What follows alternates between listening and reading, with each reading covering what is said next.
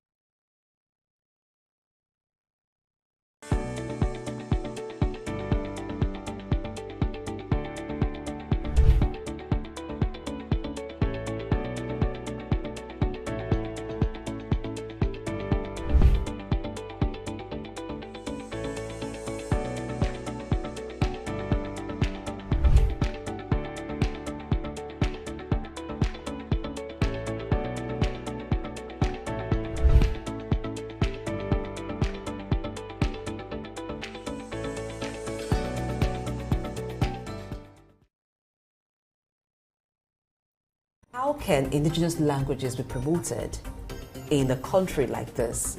Statistics show that less than 10% of Nigeria, the population of Nigeria, has have access to health insurance. You imagine if our population is about 200 million.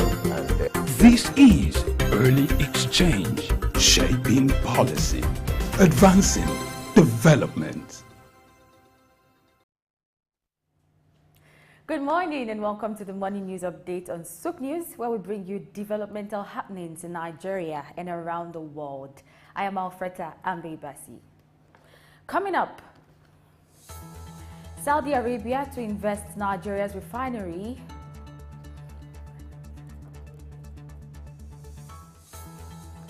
Nigeria focuses on building national geospatial data infrastructure for accurate information. Zambia's debt restructuring faces concerns from creditors and IMF. UK ministers plan to cut business taxes to boost economy and encourage growth. We take a breather, and when we return, we take the news in full. Stay with us.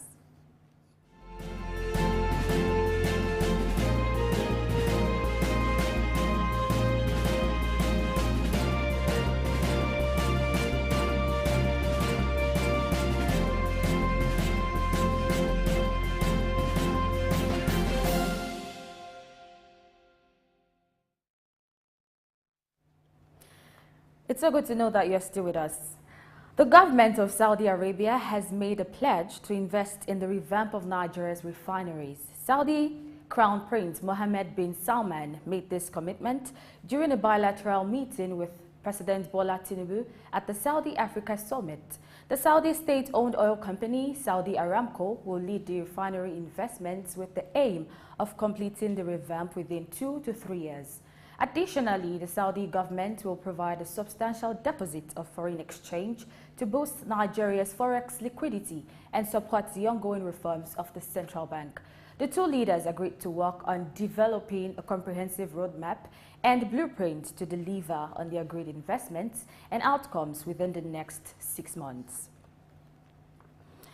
The Surveyor General of the Federation, Surveyor Abdulganiyu Adeyemi Adebomehi, has emphasized the importance of developing a national geospatial data infrastructure, NGDI, in Nigeria.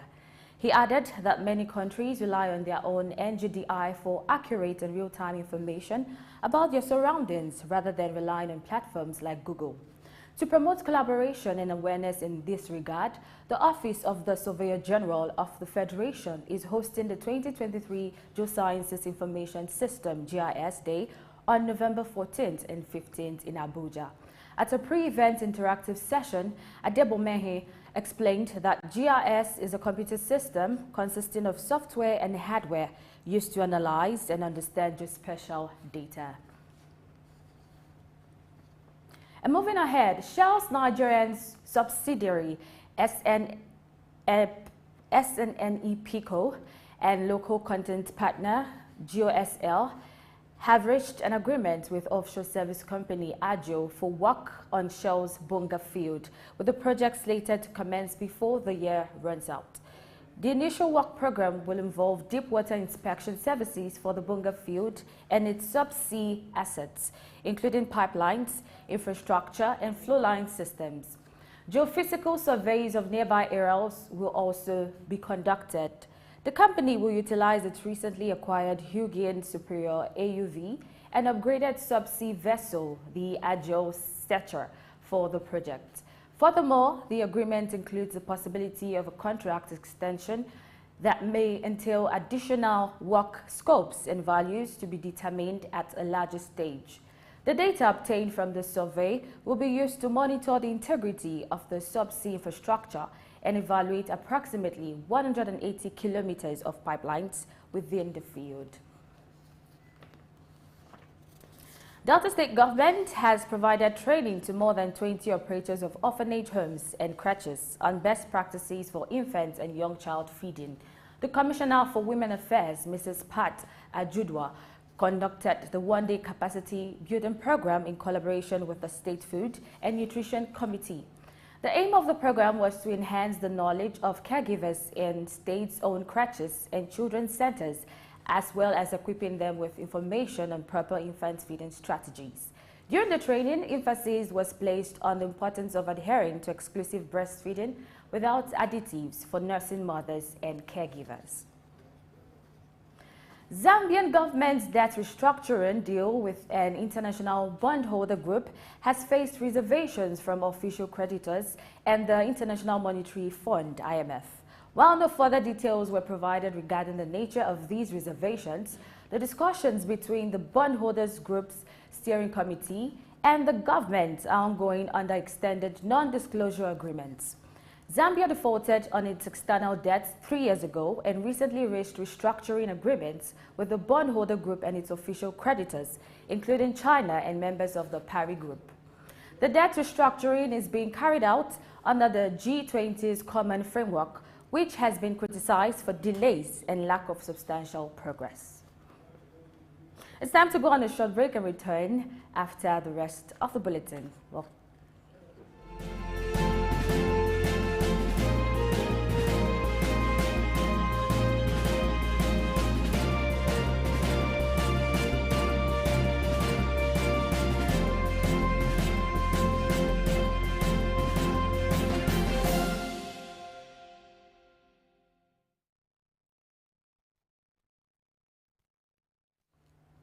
thank you for staying with us. Remember to engage and follow us on all our various social media platforms. We move to the Middle East.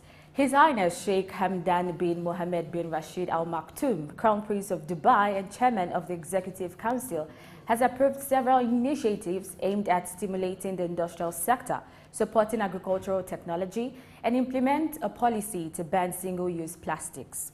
The meeting, attended by high-ranking officials, stressed the importance of a diversified economy to achieve Dubai's ambitious goals outlined in the Dubai Economic Agenda, D33. The approved measures aim to double the agricultural sector by 2033, enhance Dubai's global leadership in agricultural technology, and strengthen food security.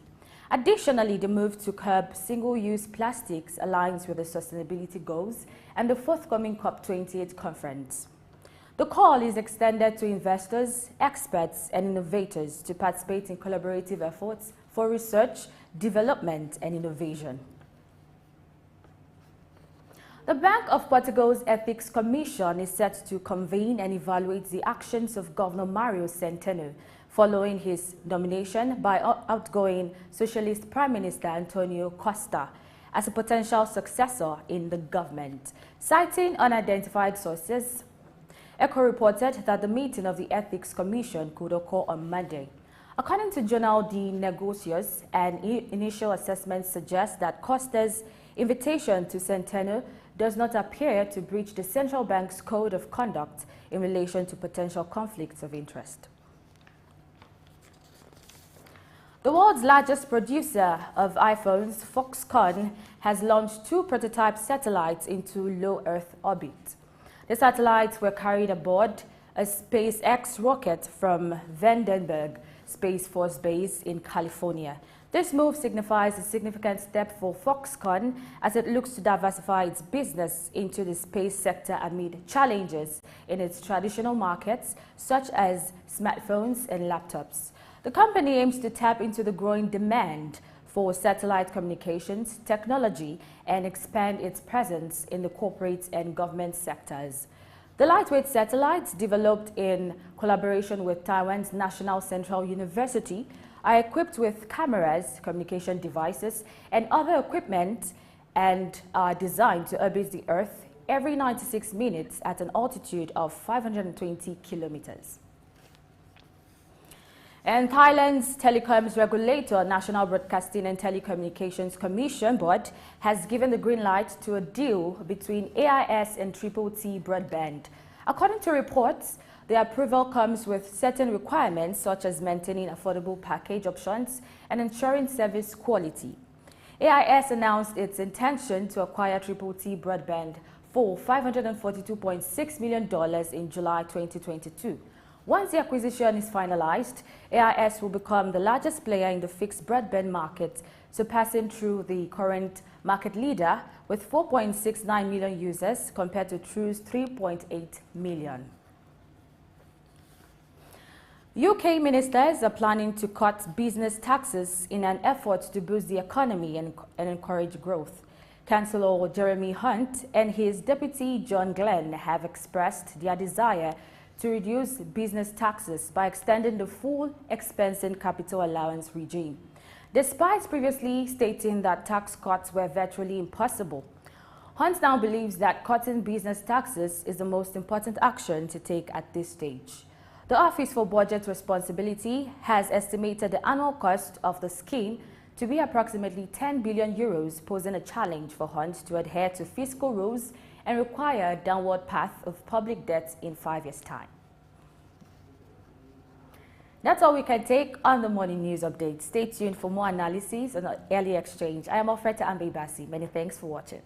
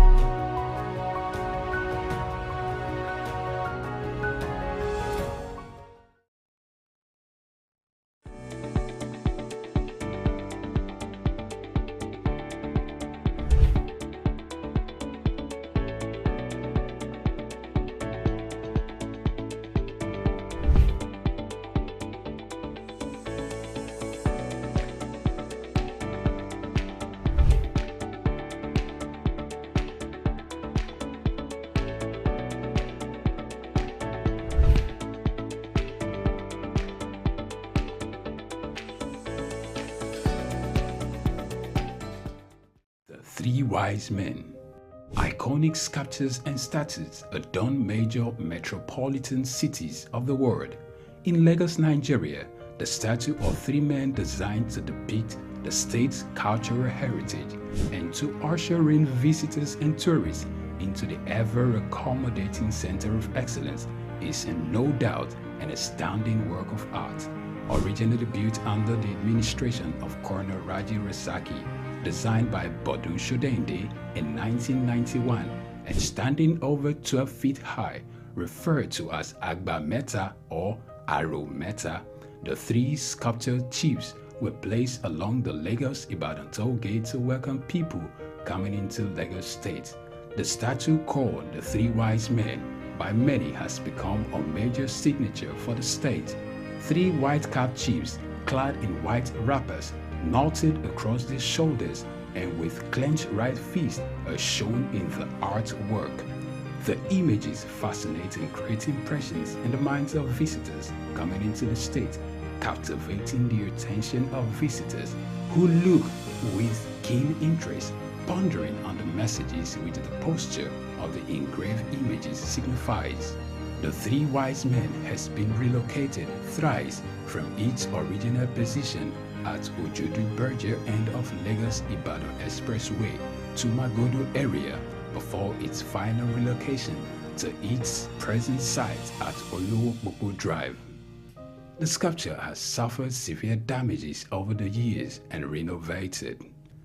Bodun Shodende, through this sculpture, depicted the highest honor that can be afforded to anyone in the Eko-greeting tradition. The Three Wise Men, Arometa, Suk Enlightenment.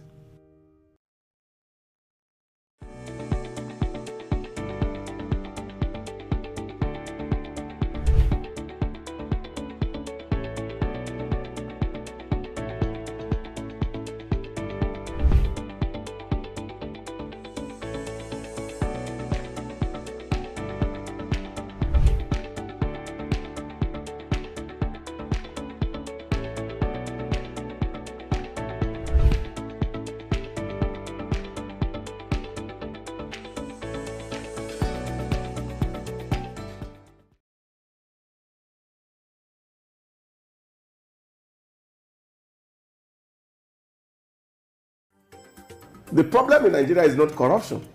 And everybody seems to be very surprised that corruption is not a problem. How can indigenous languages be promoted in a country like this?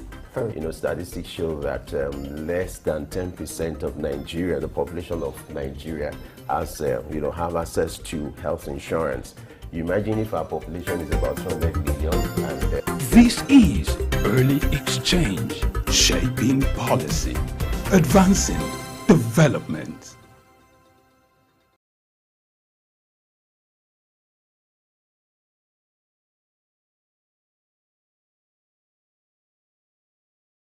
After the news, Afreta Ambi Bassi read. I hope you're up to date on current happenings around the globe.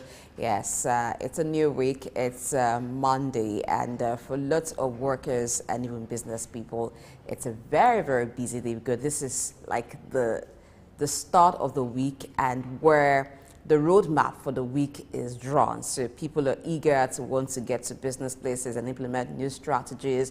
They're fresh after the weekend break, so it's a very busy one everywhere. And today we'll be updating you about current happenings, not just the ones you got from the news, but in-depth analysis on some of these happenings. And you know how we do it here.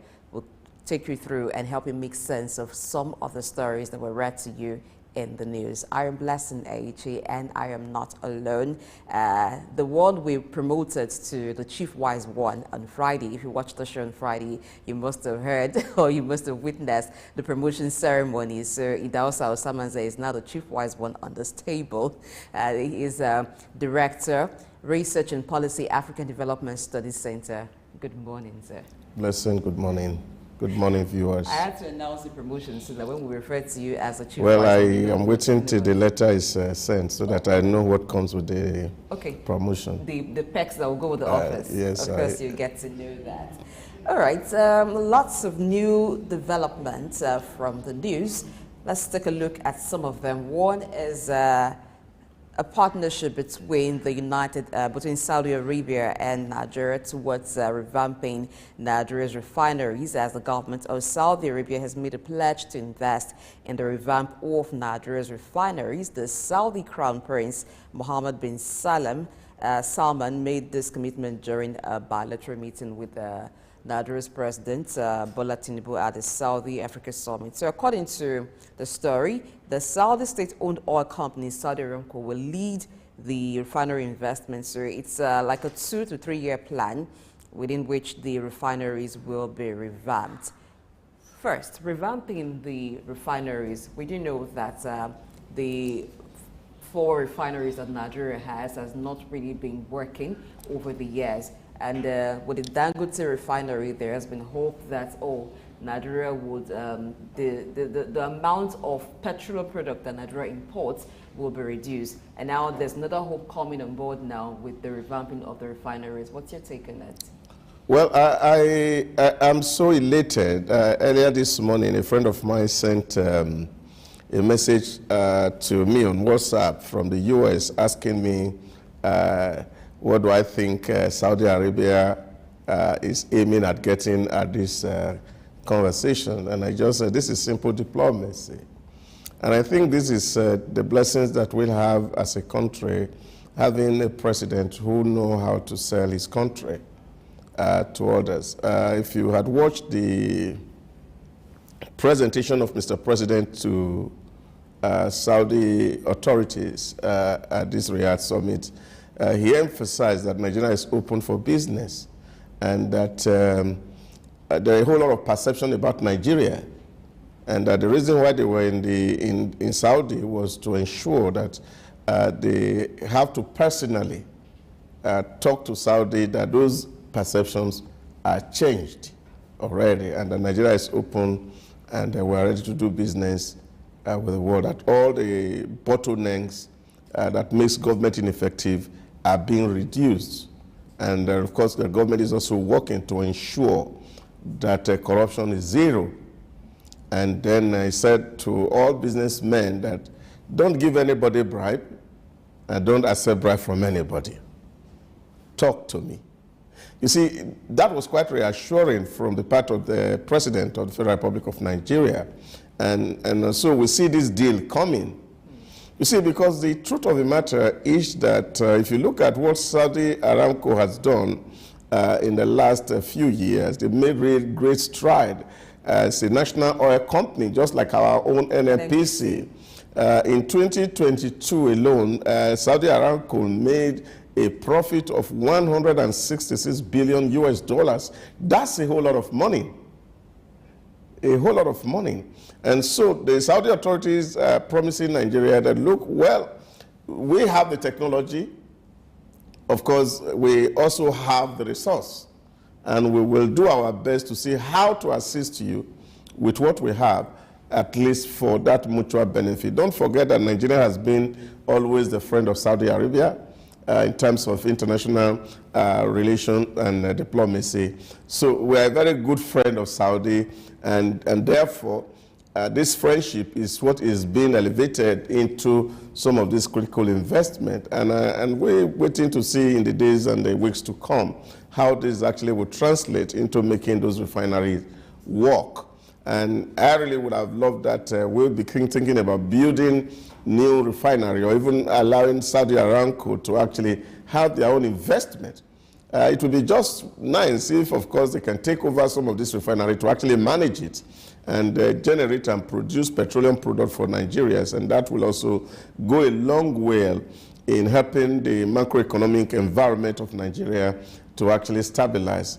But for me, I think it's a great win for Nigeria that we're saying that this oil giant that's almost made over 56 billion between February and August is having to say, let me come spend some money in your place, and even promising to help with FX. Yes, and we'll get to that part, but does it worry you that Saudi Aramco is the one to revamp Nigeria's refineries? Of course, it's an investment. What would be in it for them? Is it wise to allow another country take over, so to speak, Nigeria's refineries? No, I don't think that that's what it is. What it is that, of course, we're putting the money is an investment. And I think this is happening in a lot of Middle Eastern countries, whether it's Qatar or whether it's in the UAE or Bahrain. You see, because they have been able to actually manage their economy and grow infrastructure within their space very well.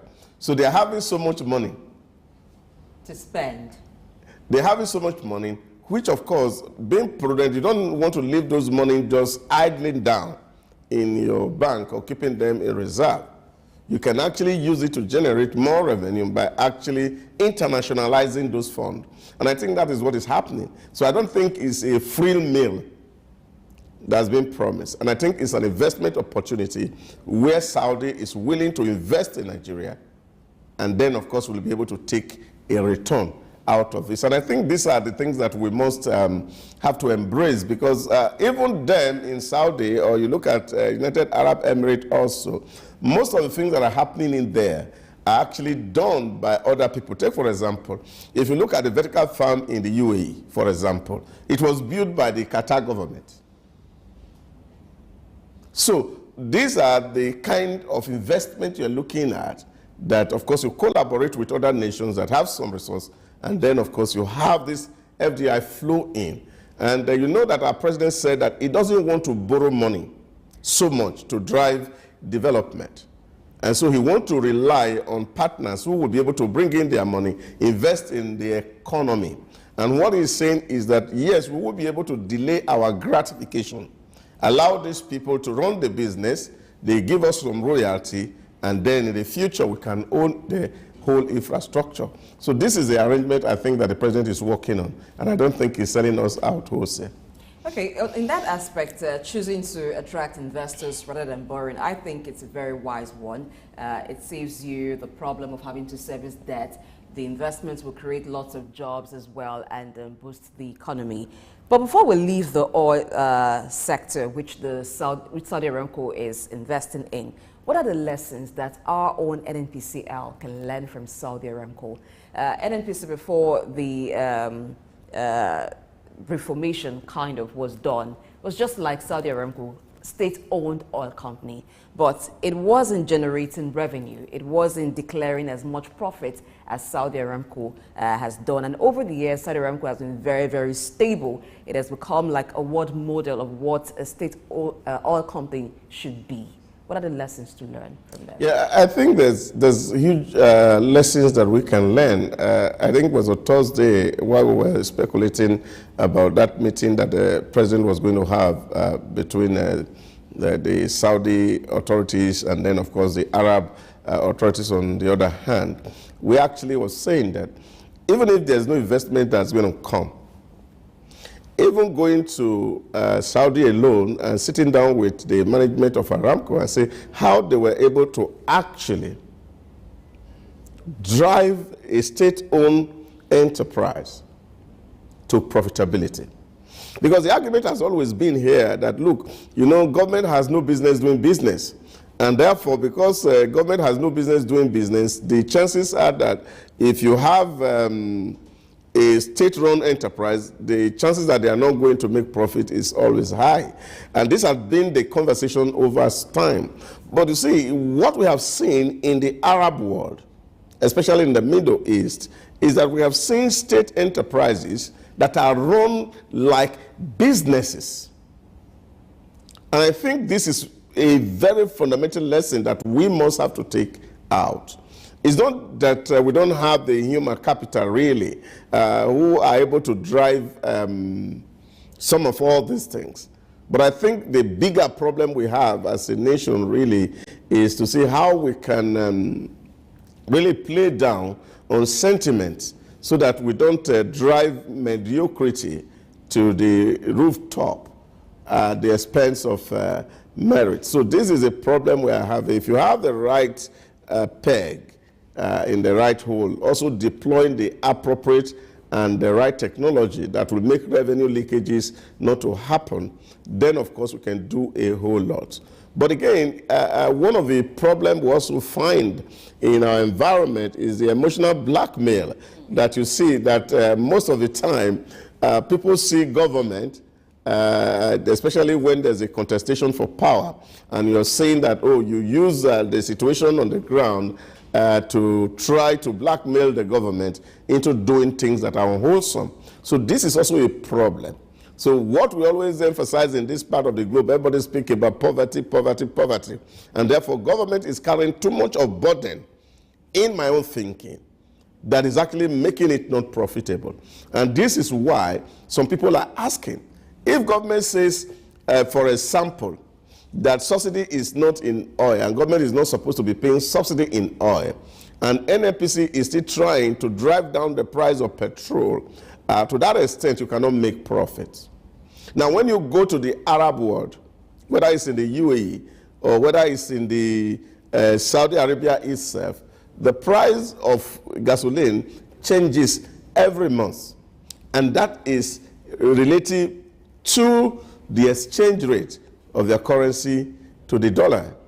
Now what we are having is that we are selling petrol today in some filling station $5.95, in some places $600, depending on where you're buying.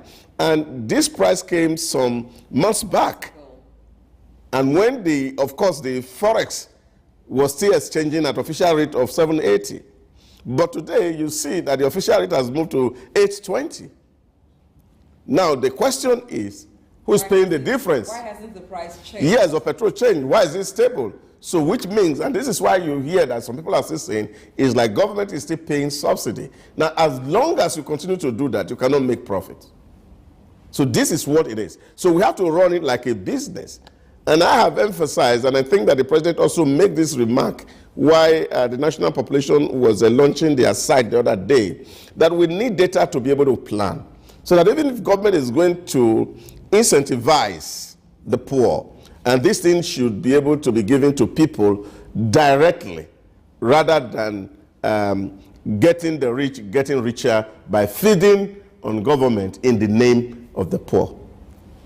Okay, so let's move on now to the part where the Saudi government is also providing a substantial deposit of foreign exchange to boost Nigeria's forex liquidity and support ongoing reforms of the central banks. Forex has been a big trouble in Nigeria. And but I think they are all connected. Yes. I think they are all connected. It's just that we're trying to break them down into pieces and a bit of news. It's just to see. Or looking at the areas they invested in. Yes, what the intervention is going to actually do. Yes. Because if you say to us, you're going to help us revamp our refinery, which means, of course, you are also helping us to bring in actually cash liquidity into the environment for investment. So if they give us some volume of dollars, for example, they have it in the refineries. Yes, of course they have. So that comes to us, and then of course it helps our liquidity at the bank. So I think they are connected in some way. The only aspect that seems to be different from this is the area of renewable energy, where of course again the Saudi Arabia authority in the last 3 or 4, 5 or 6 years now actually had a perfected plan to build a new city, the Neo City, which is going to drive principally on complete renewable energy.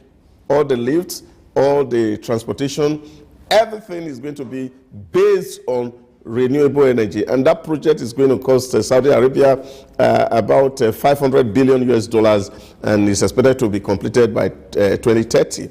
So they have also made a whole lot of expertise in that place, and there's so much investment going into the Leon city, and this also can also spill over to Nigeria, especially when we have weather that are somehow related. When you look at the northern part of Nigeria and see the Saudi Arabia, you see there's a kind of a correlation depending based on the ecology of our place.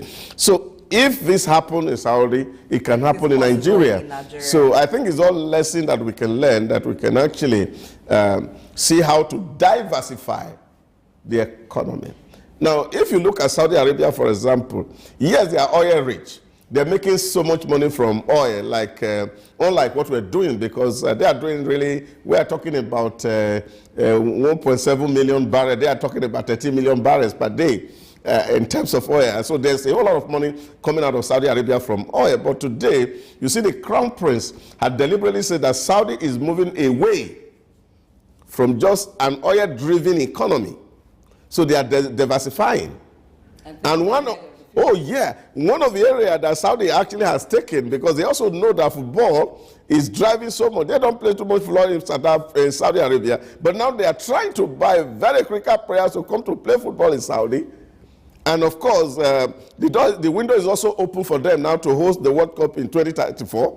And so all these things are just to see how to bring in foreigners into Saudi, that people are not just coming to visit Saudi for religious purpose alone, but now they are visiting to see the beauty of the city. And I think this is a lesson that we have to learn, not just NNPCL, but the whole of Nigeria need to learn. The public service need to learn this lesson, that it is possible to run corporations by government profitably.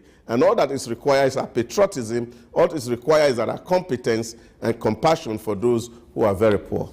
And I would like to end that by saying it's like running a country like a business. Because when you've made enough money from one aspect, you're looking for other areas to invest in. It's a very wise way. You see, because what that really means is that if the country makes so much money, then of course you will be able to invest in critical infrastructure. And then, of course, you can take away people from poverty and actually also be able to pay living wages to those who are working. The public service is benefiting, the private sector is benefiting, then prosperity is there. And that is what the president has been selling, what he call about the principle of the shared prosperity, that everybody is living well and we're having access to the basic necessity of life. Let's hope that the partnership with Saudi Arabia will bring lots of gains for Nigeria. Moving on to another story, the Surveyor General of the Federation, Abdulganir Adeyemi, has emphasized the importance of developing a national geospatial data infrastructure, NDI, in Nigeria. So he added that many countries rely on their own national geospatial data infrastructure for accurate and real-time information about their surroundings, rather than relying on platforms like Google. That's the thing. We talk about security all the time. We talk about having local data, having information about our surroundings. And a lot of times when people drive, they're going to a particular area. It could be that they visited that area for maybe it's been long they visited there and they're using Google Maps. So sometimes it happens that those roads are no longer usable, but the map still has it like that. And so they go that road, only to find out that, oh, it's a dead end and then they have to turn. But having our own, and just using that as an example, having our own national geospatial data infrastructure, that's going to help. What areas are going to benefit from that? I think like I said in the opening, the president already alluded to that while he was commissioning the bed debt registration portal the other day. I think that was on Wednesday last week. The importance of this geodata is critical for us. It's not just for travels alone. Even our ability to even know what we have beneath the soil. What we have beneath the soil. And most of this data, we don't actually own them, because most of the things we are saying is what some other people's satellite has been able to say to us, that, oh, this place is blessed with this place is blessed with this. It's going to help in a great deal. Of course, you can have actually area surveillance of the entire place. Even like we spend so much money trying to do the enumeration of household and the rest of it, that can actually be done on that platform. And I think that is actually what we need.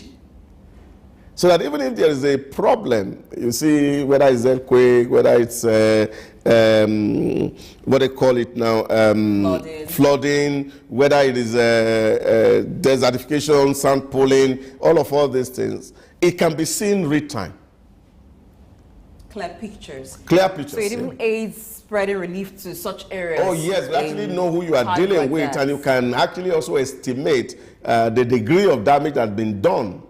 And then it helps government to plan adequately and deploy resources to solve a real-time problem. Good development. So let's move now to another story where the Delta State government has provided training to some operators of orphanages and creches on best practices for infant and young child feeding. You agree with me that this is a very good development, because we live in a time where parents are very busy, for those who have their children in creches, and sometimes there are stories, very sad stories coming from the activities of such places, how they run. And even for orphanages, yes, so a lot of times it's voluntary. It's people just wanting to care for those without parents, but they still need some training. Yeah, but I think it's important to follow best practice, especially when it comes to the issue of children and managing them. Yeah, a whole lot of people who have volunteered to do orphanage are really, and this is coming out of volunteer, but standardizing that industry is also very important. You see, because a whole lot has also happened in the recent past, where you actually see people who are claiming to be orphanages, and actually what they are doing are children trafficking. So all these things are things that government really need to see how to monitor. That, yeah, these children, by no fault of theirs, may not have parents who own up for them, and then of course people pick them up somewhere and they put them in the orphanages, that they are not commodity to be sold. And then of course they also have the right to be treated well and fed well, because eventually if you don't actually take good care of these people, you know eventually they're also coming back to the society. And then of course the kind of attitude or character they pick up from the orphanage will later on in life rub off on the society.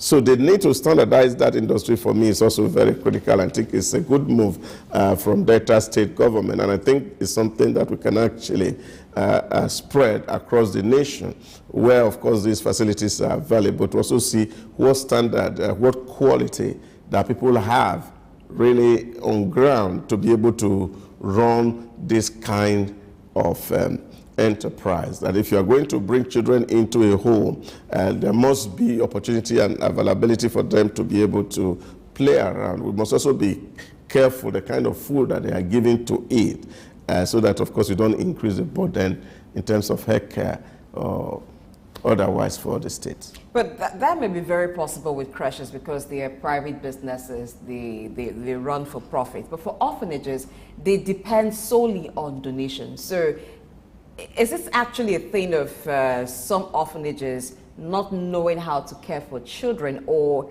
an issue of restricted by the resources that they have? Because after this training now, a lot of them want to go back and implement them, but do they have the resources to bring in what best practices in the care of the children, providing them with emotional care, providing with the financial care, and every other thing that they need to actually grow up well? Because I've seen some orphanages, sometimes they're there until one person comes to, you know, become charitable, donate something, nothing comes in, no actual funding. Yeah, but I agree with you. It's also to say that if you want to start a project, like they say in scripture, sometimes you also need to count your cost and be sure that it's something that you will want to be able to do or sustain. That's one part of it. And also to understand that, yes, you want to do this thing and you're doing it for people, they understand what capacity you can carry with the resource that you have. So that kind of strategic thinking is also important for the operators of these orphanages. So it's not just to keep receiving children. And then, of course, understanding that, yes, fund is not going to come from, but then, of course, you've taken up this role as a volunteer. It's expected that there must be some standards set in place. So we just don't do it the way we feel. And then, of course, at the end of the day, we are raising children that may not be useful or may have to cope with health challenges as they grow because of what they eat. Okay, so let's move on to the UK, moving outside of Nigeria now, where UK ministers are planning to cut business taxes in an effort to boost the economy and encourage growth. Cutting taxes for businesses. I know at this point in time, a lot of Nigerian business people will say, you can get to us. I know at one point in time, President Bola Tinubu actually signed executive orders to suspend certain taxes. But this is happening in the UK, where business taxes are being cut to boost the economy and encourage growth. Yeah, I think if you've been following development and the politics of the United Kingdom in recent time, you see that they've been in quite financial crisis. And this is because globally the economy is actually not doing well. And there's a whole lot of factors responsible for that. And then, of course, if you therefore will need to be able to meet your obligations, you don't allow your company to die off. Because it's not just individuals that are facing the harsh reality of the global economic space. Even companies are facing it. So the cost of energy for companies is increasing. Cost of compensation is increasing for companies. And so profitability for companies is also decreasing. And if companies are not making profit, and then of course they have no reason to be in business. And if companies are not in business, therefore, you also create social problem in society, which is unemployment. Now, you see all these things are all working together. So, just like they say here, you allow the poor to breathe. UK must also allow the companies to breathe because it's important. Because only when the companies are making profit, really, that you will be able to deal with the social issues in society. And of course, don't forget that taxes also come from corporations, which of course government run by. And if these taxes are not coming, then government cannot function. But I think it's really a big problem, big time problem globally, especially for UK, with not so much resources needing to cope with the challenge of sustaining the standard of living that they have created for their citizens so far. Okay, that's all. We'll draw the line today on the news analysis. We do hope that for businesses in the UK, because we know that we have brothers and sisters in these companies.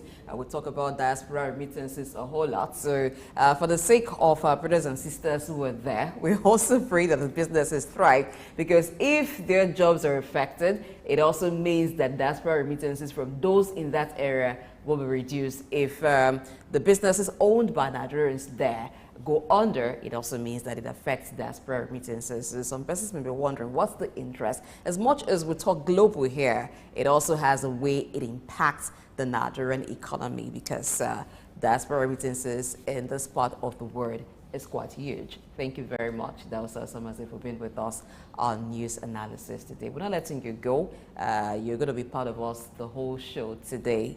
And so we'll go to a quick break. On the return, we're looking at skills development and vocational training. What is the best time for you to upskill? It is now, because the world is shifting. It is not just countries that are diversified. Human beings too are diversified, so you need to upskill.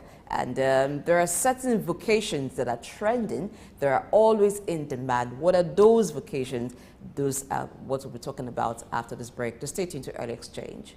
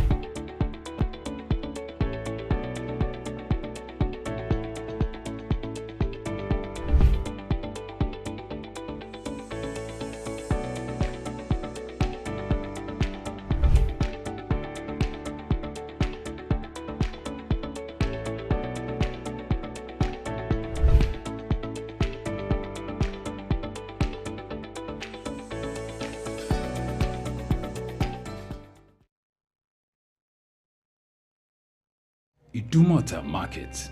Eko Idumota, once a residential neighborhood, is home to Idumota Market located on Lagos Island. It is one of the oldest and arguably one of the largest markets in West Africa. Idumota is a historic neighborhood adjacent to the Lagos port that facilitated the slave trade and later, under the British indirect rule, it surrounded to exports that fueled the colonial enterprise.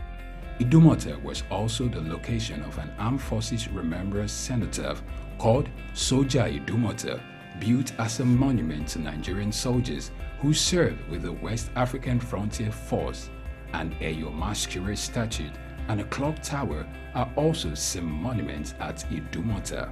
Idumota Market is so popular that large sales are recorded as early as 7 a.m. The market is made up of hundreds of locked-up shops occupying several multi-story buildings, with some measuring about 5 or more floors. In 2010, the Lagos State government demolished some illegal structures in order to improve vehicular and human movement in and around the markets. During weekdays, the neighborhood of Idumota is densely populated by shoppers, traders, and bus passengers. From the Carter Bridge ascending into Lagos Island, passengers can see the neighborhood before disembarking at their final destination. Idumota Market accommodates the substantial inflow of imported goods. The bulk of import from abroad are routed first through Idumota and then on to other markets through Nigeria and other West and Central African countries. The energy of private Idumota traders and wholesalers facilitate this activity, where millions of US dollars worth of wholesale is exchanged daily. Idumota Market, Souk Enlightenment.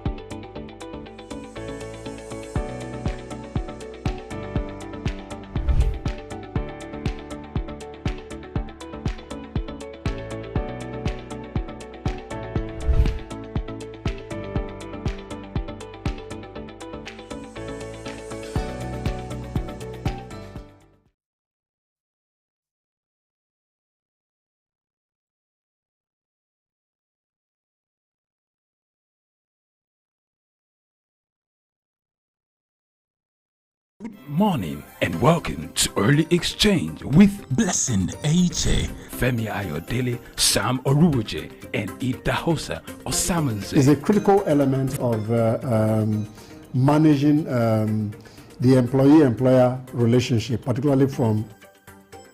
The problem in Nigeria is not corruption, and everybody seems to be very surprised that corruption is not a problem. How can indigenous languages be promoted in a country like this? Statistics show that less than 10% of Nigeria, the population of Nigeria, has have access to health insurance. You imagine if our population is about 200 million. And this is Early Exchange, shaping policy, advancing development.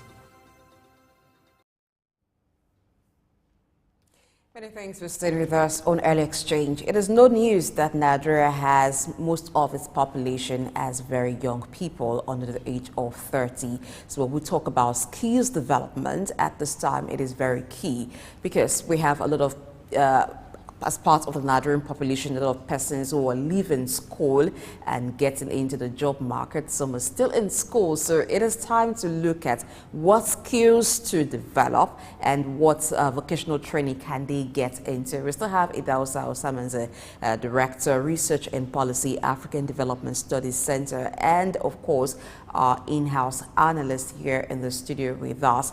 And Femi has joined too. Good morning, Femi. Yeah, good morning, Blessing. Always my pleasure being here, being part of the winning team. That's the great thing to do on a Monday morning. How come I didn't get the memo that it's blue? It's Blue Monday. Someone said, "Well, I look like a groom," and I'm wondering who is the bride. Maybe this is your best man. Before the end of the show, we may know who the bride is. Yeah.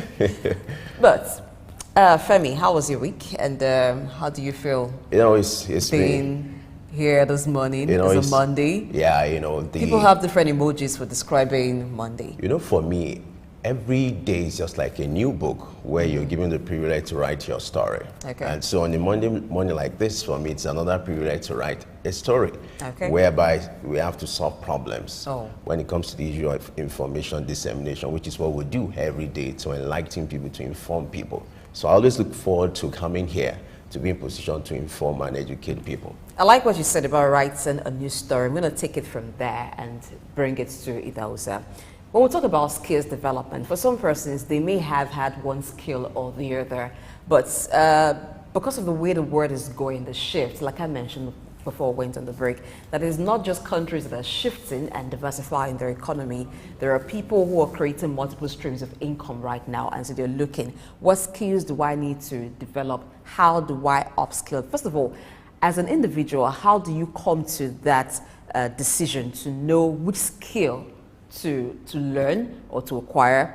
What skill to upskill, and how do you go about it? What should inform such decision for a person? Well, I think is the market. Okay. Really. You see, you have a skill. It's not for yourself. It's to serve an audience.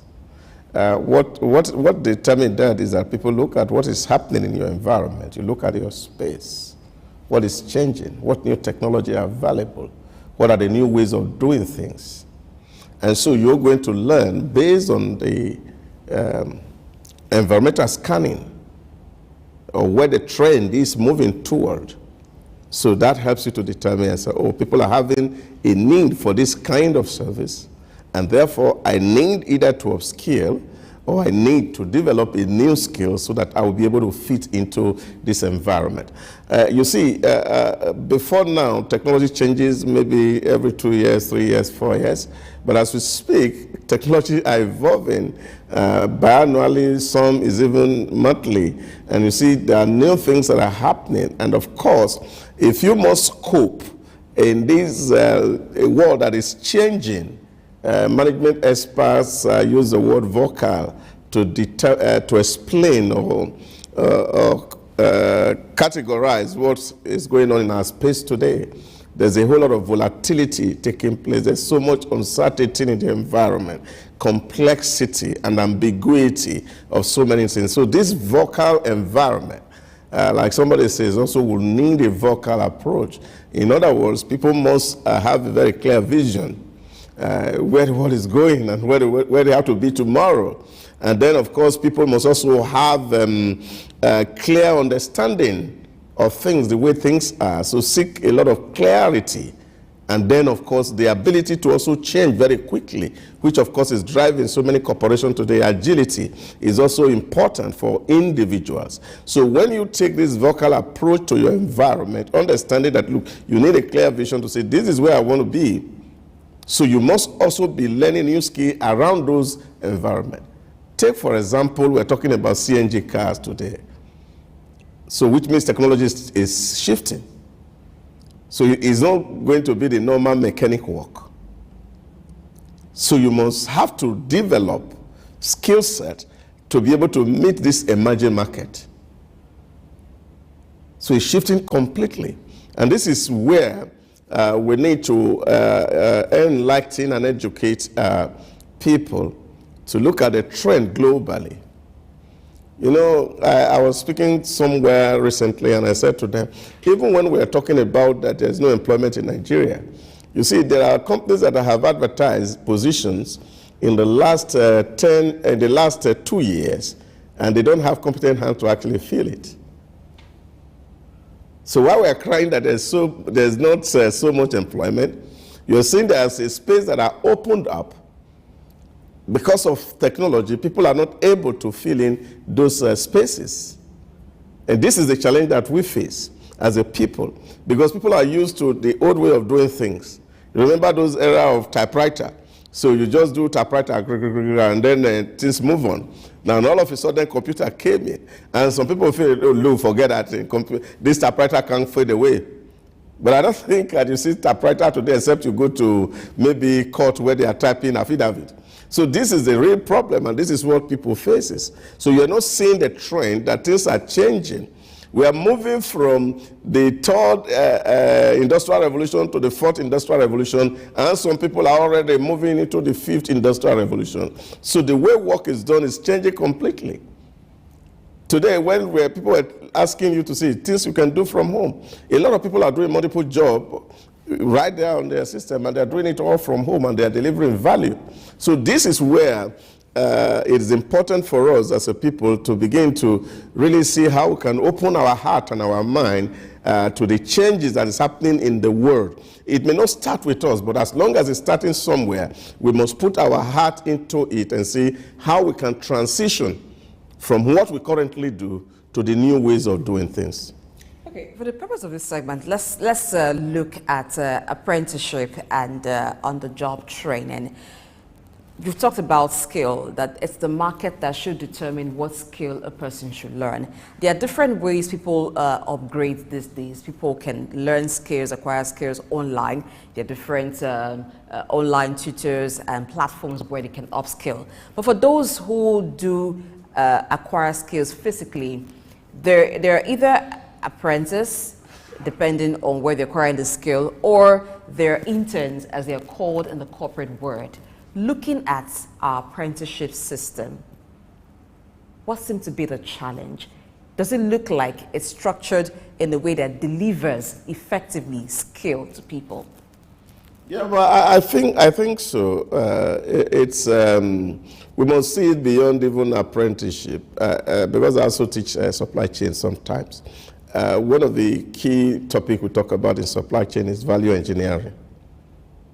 Where, of course, if you're going to purchase something from a manufacturer, original manufacturer, you should be able to enter into an agreement or a contract with that company to train the hands within you to be able to handle and maintain those equipments. That's a form of skill acquisition. So you're not just buying, for example, the cameras alone. You're also saying to the manufacturer of camera, Blackmagic, yes, we bought your camera, but we don't have the capacity to run it or maintain it. We want you to do a training for us.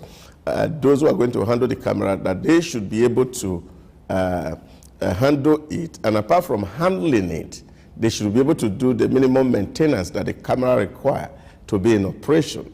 So you are not just buying the camera, you're also buying with it some measure of services. Now, this also is a kind of skill acquisition that people can get. That, of course, once the technology comes, because you're not the owner of technology, the person is bringing technology for you to develop. But you see, talking about apprenticeship is you're learning under somebody. And I think that is as old as humanity, and that's the only way to learn. That people who are successful and have been able to demonstrate competence and capacity in a certain area, then you are going to come under them, understudy them, so that you can do exactly what they are doing. Recently, I was having a conversation with one of the directors in Aseni, and I said that one thing that, of course, the federal government has also done, the National Agency for Science and Technology, that you see, you need to be able to actually get to that point where people who work are certified. And I was actually advocating and seeing where we can actually make regulations that people don't just get into skill without certification.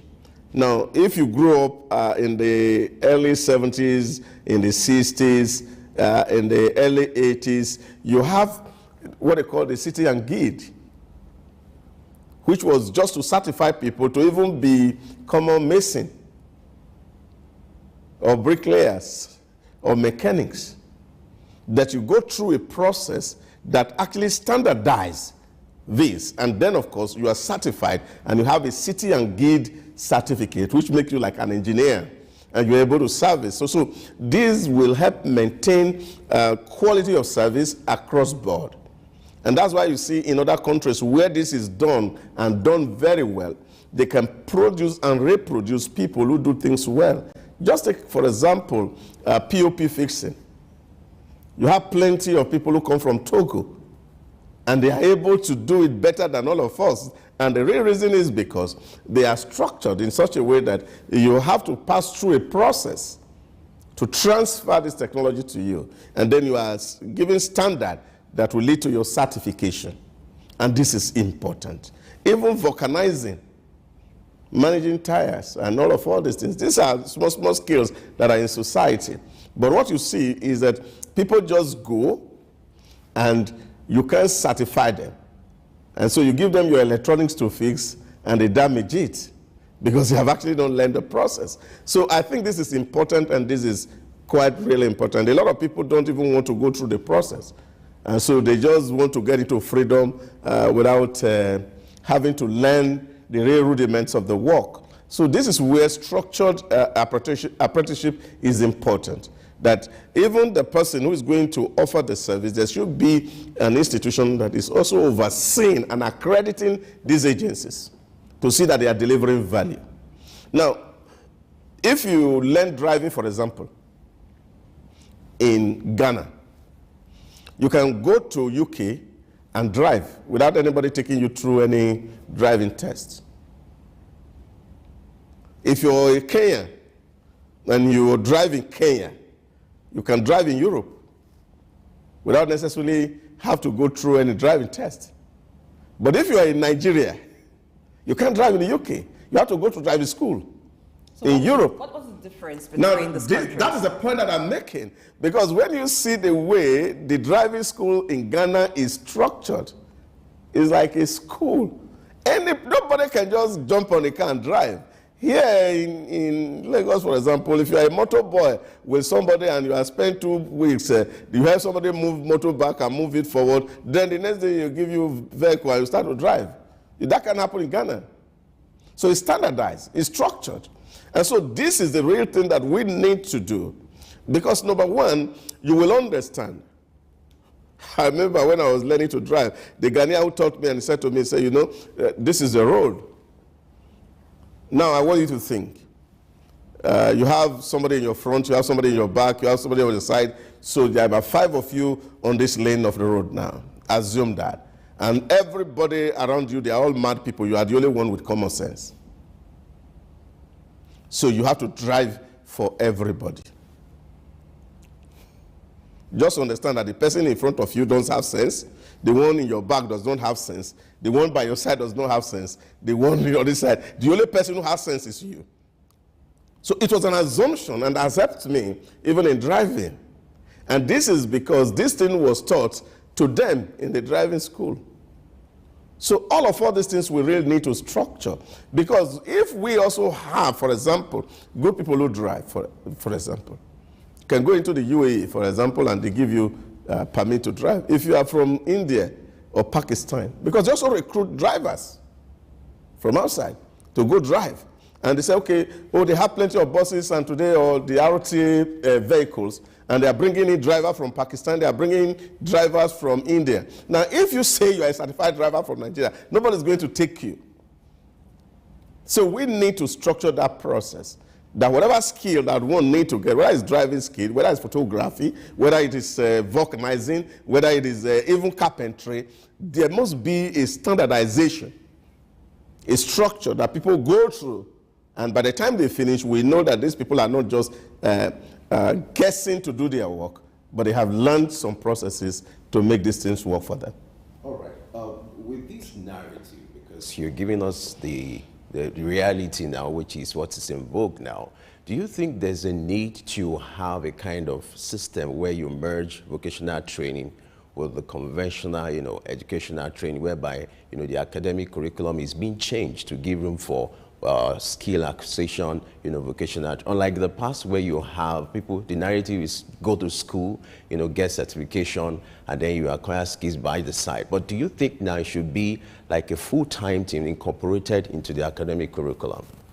Well, I've also spoken to this as well about the kind of revolution that would have come into the Nigerian education space in 1986 when the late Professor Bafa Fuwal took over as Minister of Education in Nigeria, and he introduced the German education system, which is the 634 system. What that system was supposed to do for us as a nation was to ensure that people's skills are aggregated at very elementary phase in the secondary school. And by the time they have got into GSS 3, these people would have been able to acquire some skills that will enable them in case they don't want to go further in education. And they just stop at that level, and they have been able to acquire some measure of skills, whatever kind of skill, and then that can fill them for the rest of their life. And of course, to be fair to General Muhammadu Babangida then, who was the president at that time, he actually invested heavily on equipments to fund this new way of thinking. All the secondary school in Nigeria, as at that time, they had equipment, whether they were carpentry, whether they were tailoring, all these things were brought into the laboratory to actually equip these children to have this critical skill. But there was something that was lacking. And what was that? Those equipment were in those secondary schools, and they didn't have people who even have the requisite knowledge to be able to teach these things. So that's what had really hampered the development of those skills at that early stage in life. You know, because children learn, the younger you are, the quicker and the more ability you have to actually learn or acquire a skill. But this didn't happen because we didn't have people who were actually qualified enough to teach these things. And I think this is a real gap that we have in our educational system. Because whether you like it or not, if you have a child in secondary school today, especially those who are writing senior secondary school examination, you find that the school has already designed it in such a way in Nigeria that if you are, whether in science or you are in art, you have the privilege to take a vocational subject, and you are even entitled to write it in the exams. So you see, some people do data processing. Some people do poultry. Some people do fishery. Some people do all manners of things. And they're all subjects as are listed today on the curriculum of the secondary school. But the question to ask is, to what extent are we delivering on this value? You have a child score A1 in data processing, and you ask which data? He doesn't know SPSS. He doesn't know basic research method. But yet you give him an A1 in data processing, and he cannot process any data. Because when you look at what is taught, for example, because do a course in computer science or computer studies, the same curriculum they are teaching them in computer studies, the same curriculum they are teaching them in data processing, which looks to me really somehow very stupid. And this is because the person who is teaching data processing himself cannot process data. So if the trainer doesn't have the requisite knowledge, yeah, the competence can't even pass. and the capacity to deliver the value, yes, you may have the curriculum in place, then you will not be able to actually deliver on that. This is where the problems really lies. That we need a functional educational system where, for example, you are having competent people as teachers who really have a hands-on, experience on some of all these things. I came back from Kigali the other day, and one of the places we visited in Kigali was where they call the Kigali Innovation Center, where you have the fusion of the knowledge lab and the fabrication lab. So the fab lab and the knowledge lab is on the same scale. So what they do there is that you have your children who are thinking and they are creating designs, and then they finish creating the design here, then there is a factory there where machines are there to bring to life the things that they have learned. You know, and I was saying to some of our people who were there with me, look at it, how simple this structure is. Very simple. The building is not fantastic. The equipments are not anything that is sophisticated. And I was asking myself, why is it difficult for us as a people to actually see how we can do things and create this kind of mindset where children can become very creative? What they have done is that all the designs you see in hotel in Rwanda is produced actually, whether they are artwork, they are produced in the fabrication lab. And this is the kind of approach to education that we need to take as a people. So that when people come to school, children are in school, we are teaching them computer science, and we spend 4 years or 3 years, SS1, SS2, SS3, to teach them computer science, and they really cannot write a program. So this is a problem. You have an A1 in computer science, but what do you really know about computer? Just basic terminology about computer. How does that give you an A1? So this is where we need to revisit our curriculum in schools, so that when children read, for example, chemistry, they should be able to see that, look, as a chemist, you can actually produce salt. You can actually produce soap. You can actually produce perfume. You can actually produce pomade. These are basic. You don't even need to be in university to be able to do this. It's just to see that the chemistry teacher should be able at the practical lab to teach the children what elements to bring together to be able to form these little things. And these children can go ahead and begin to be thinking and see how to commercialize and put these things to life. To really know what is nitrogen, how does it function, what work should it do. So we give them all the chemical names and elements, but then of course they don't know how to combine it. And they go through the system, they have A1 in chemistry, A1 in physics, and of course it's actually translating into nothing, not to even talk about at the university level. So this is the real problem we have, and I think we need functional education where our system is able to educate our children and give them the opportunity to think.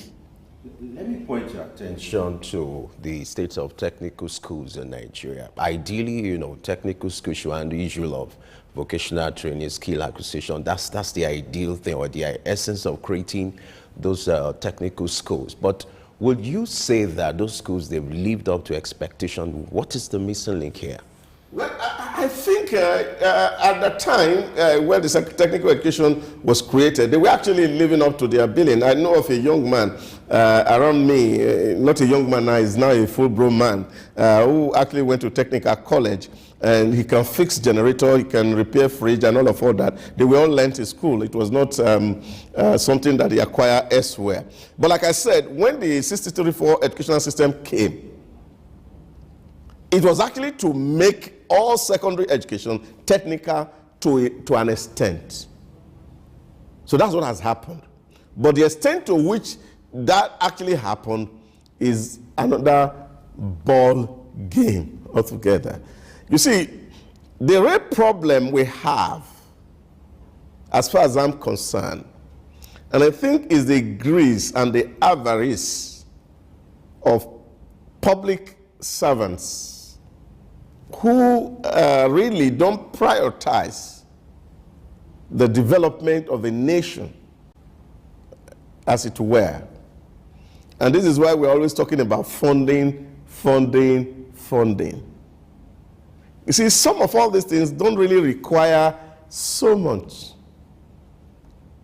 They don't require so much. All that is just required is a determined system that's working. And when you have that desired system that is working, everything will flow. And then government just creates some policy measure alongside it to actually bring and drive the process. If you remember, when Fashola was the governor of Lagos State, for example, he revamped the technical education in Lagos. I know the one in Agidingbi. I know some set of boys who went through that process. Those of them who did electrical engineering in the technical colleges, Fashola actually empowered them to be the people who maintain all the street lights in Lagos. That was a huge incentive. Whether that is still on now, I don't know. But I know that when Fashola was the governor in Lagos State, he was able to actually do this. And I knew young people who actually studied electrical in those colleges who were actually able to wire a full house.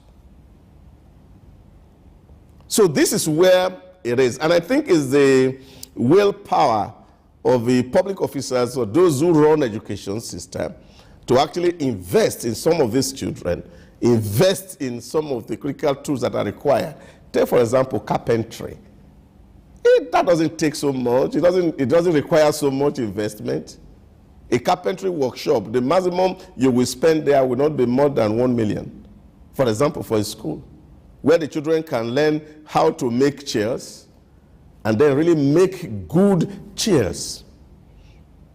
So, but this is what is lacking. Okay, we'll go on a break. When we return, we're looking at reworking skills development in Nigeria, whether it has to do with apprenticeship or on-the-job training. After this break, stay tuned.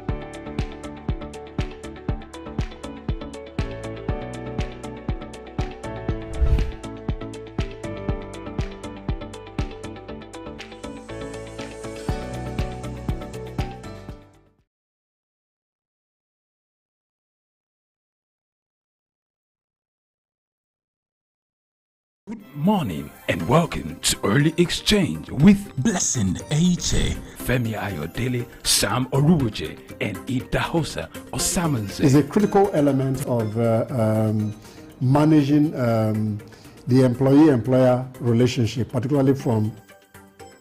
The problem in Nigeria is not corruption, and everybody seems to be very surprised that corruption is not a problem. How can indigenous languages be promoted in a country like this? Statistics show that less than 10% of Nigeria, the population of Nigeria, has have access to health insurance. You imagine if our population is about 200 million. And this is Early Exchange, shaping policy, advancing development. It's good to know you're still with us in Early Exchange as we look at skills development and vocational training today. And before we went on the break, we were talking about apprenticeship and on-the-job training. And also, someone says, still in the studio, has talked about how the retraining, skills development can be reworked in Nigeria.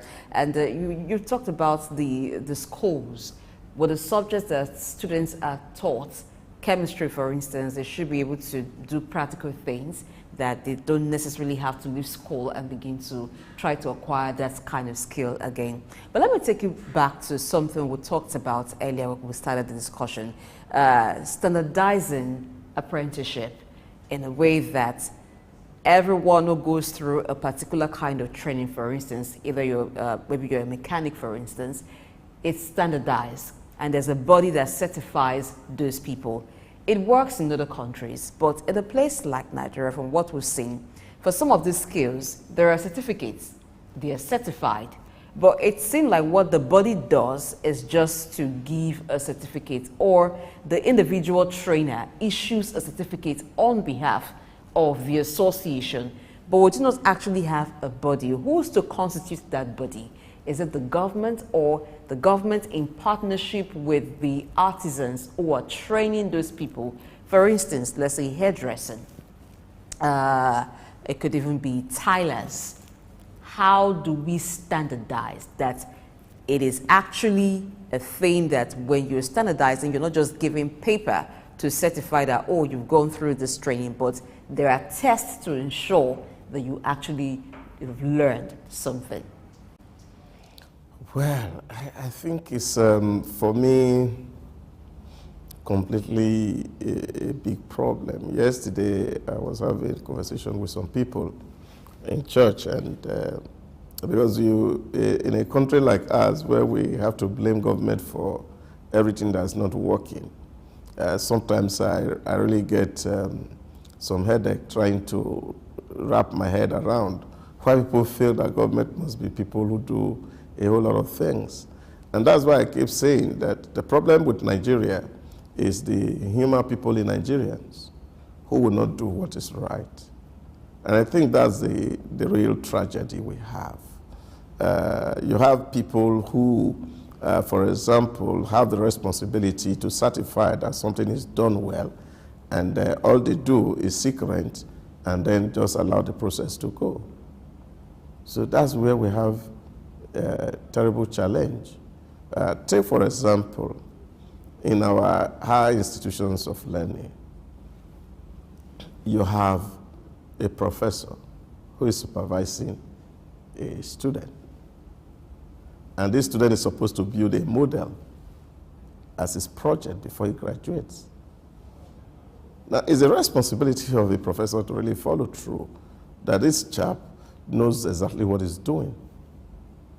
Look at, for example, we have a lot of polytechnics in Nigeria where student goes on sideways, for example. Now, these students are supposed to be posted to companies where they can actually match their theory with practice. Now, all that school does is that they just give an open letter to children and say, go and look for a place to do your sideways. Whether it's relevant to their course or training is immaterial. And for parents or for the student or the school, all that sideways has meant now is maybe you just do vacation job for 3 months. So this is the real problem. We've had students who done sideways here. There's actually a body who is responsible to ensure that this is done. They have offices around Lagos. And since we've been here, I've never seen one of their staff come here to see and observe whether the children they send out, they're actually learning or not learning. Now, that's the problem we have.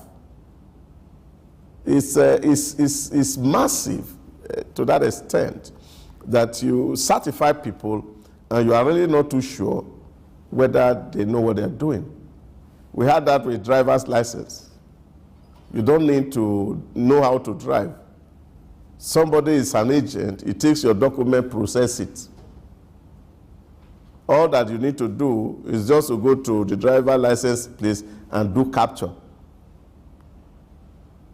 and then they give you a driver's license, even when you have not known how to change a car. It's happening in this place. So this is a tragedy. Lack of patriotism on the part of so many Nigerians who have responsibility to see that the country is done well, but they don't do it well. My friend gave me a joke some years ago. A certain man who wanted his son to become a medical doctor at all costs, and he knew that the child has no capacity to actually learn medicine. And of course, he shall pay through the system. And the son eventually was graduated, he became a medical doctor because he had so much money to pay through the system. And then when he was terribly sick, he came to the hospital for a surgery, and when he opened his eyes, he saw that it was his son that was standing there to do operation for him, and he said, please, they should call a better doctor. These are the kind of things that we see in our environment. So we have sponsored people through a process, and by the time it's coming for them to actually act on us, like that man will do, say, look, I need a proper doctor because at least I know this one. So these are the things that are really affecting us. You see, some of the things that we permit and things that we allow, just because we feel that we are benefiting at the immediate, in the longer run could actually become and not doing for the entire process. When you saw the doggedness with which Dora Akulu, of late blessed memory, fought the fake drug incidents in Nigeria, you know, like people had advanced, it was because of how fake drug killed one of the siblings. And so when he had the opportunity at NAFDAC, he knew that, look, anybody could be a victim of fake drug. She fought it with her life. And I think these are the kind of things that we all need to do. That if you certify somebody who is not a good mechanic, he will always spoil your vehicle because you don't know when it's going to come to him in the workshop. So all these things are things that we need to do and do very well. Whether it's at the rudimentary level on the roadside where people are learning, or whether it is at the institutions of learning, even the higher institution. I know of a friend of mine who went to Germany some years ago to go and do electronic engineering, and he told me for 6 months he was stuck in the factory because part of his project was to produce a stopwatch that should be able to measure the heart rate and the body temperature while doing exercise. That was his project. So he had done the design in school, and in 6 months he was taken to a factory to bring that design to life as a condition for graduation. So this is where we are. And you have here people choose a topic, a research topic, and they leave university and say, oh, what was your project topic? They can't even remember it. They can't remember it because it's just to fulfill all righteousness. What use do we have people with first class? Or in the secondary school, you have people with straight A's. And 1 year, 2 years after school, they can't even remember the thing they learned in school. What's the use of that A? So this is where we need to look at the people who operate a system and then see how much more we can really deal with our greed so that we can produce something that is right. I had the opportunity some months back to talk to somebody in NUC, and I said, you people pay blind eye to what we see in the universities. That people are moving both personnel and equipment for course accreditation. You say you don't know? That we are accrediting courses in all the university. The university have no capacity to teach those courses, and you accredit them, and you know that these people are moving personnel from one university to another, or equipment from one university to another to be able to secure this accreditation, just to take money from the Nigerian public. And you feel comfortable about it. And you pay blind eye to it. And yet you are the regulator. These are the issues. And this is where we really need to speak to that. Those who are taking our public money for a living should do the job for which they are employed. Let's look at this disturbing trend now where you have the best of artisans are not coming from Nigeria now, from neighboring countries like Ghana, Togo, and in the past Nigeria used to be at the top of the table, at the top of the ladder. But now you see that, there's a nosedive whereby the best of artisans now are now coming from these countries. What do you think is likely responsible for this, and how do we begin to change the narrative for this to be in a proper shape? I think it's value reorientation can actually be the solution to some of all these things. You remember Gandhi, 7 social sins. And I think that's where we have found ourselves as a people, where you have intelligence without character,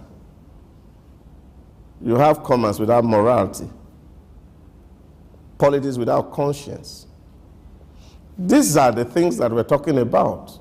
And I think this is the issues that we really need to deal with as a people. Until we're able to actually overcome some of all these things, we will not be able to get out of the kind of situation where we have found ourselves, where people are shoddy. They're shortcut to everything. This is a problem. So if you have shortcut to everything, and people really don't have values, there are no patience, the driving force is always money, money and money, and money for money's sake. There's no passion. Yesterday we were sitting around and we were just imagining. You look at our whole entire space in terms of recruitment, and the difficulty and the hardship to find a worker in Nigeria. People who are committed to work. All that people just simply want is, they want just say, I'm an employee and I come to work, pay me salary at the end of the month, and that's all we want. There's no commitment to the process. There's no dedication. There's not even aspiration to even learn new things, to make the job better. Because all our concern is about, you move to the next job, whether it's career or no career, it doesn't really concern you. As long as they add another 20,000 to what you currently learn, you just move. As long as we follow that trend, where our value orientation is tailored toward amassing money and not delivering service, this situation we're talking about will not change. All right, talking about the job, people coming to, or people getting the job and not actually delivering value. There is what is called on-the-job training. Some persons are employed and with the intention that over time they will acquire the skill that they need to do the job on the job. What is the structure, or what should be the approach towards ensuring that? How effective is it even on-the-job training?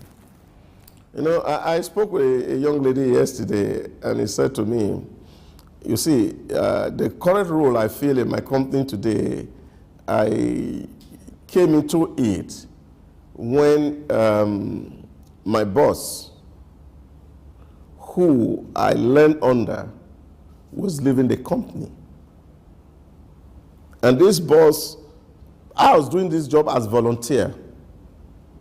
I was going to work every morning without being paid, and I was doing this thing with the whole of my blood and body. And when this guy got a job somewhere to move out, he spoke to the management on her behalf, and he said, this girl has given in everything about herself to do this job, and she was doing it for free. The company was not paying her 1 naira. And I am certified that this person can fill my role. Because in the last 2 years that she has worked here, he was the one actually driving the entire process.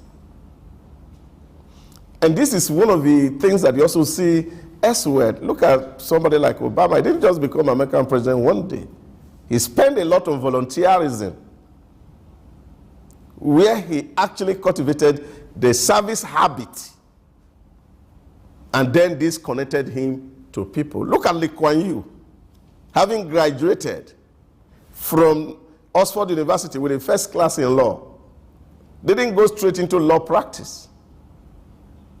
Converted the energy and the knowledge he acquired from Oxford to serve the downtrodden in Singapore.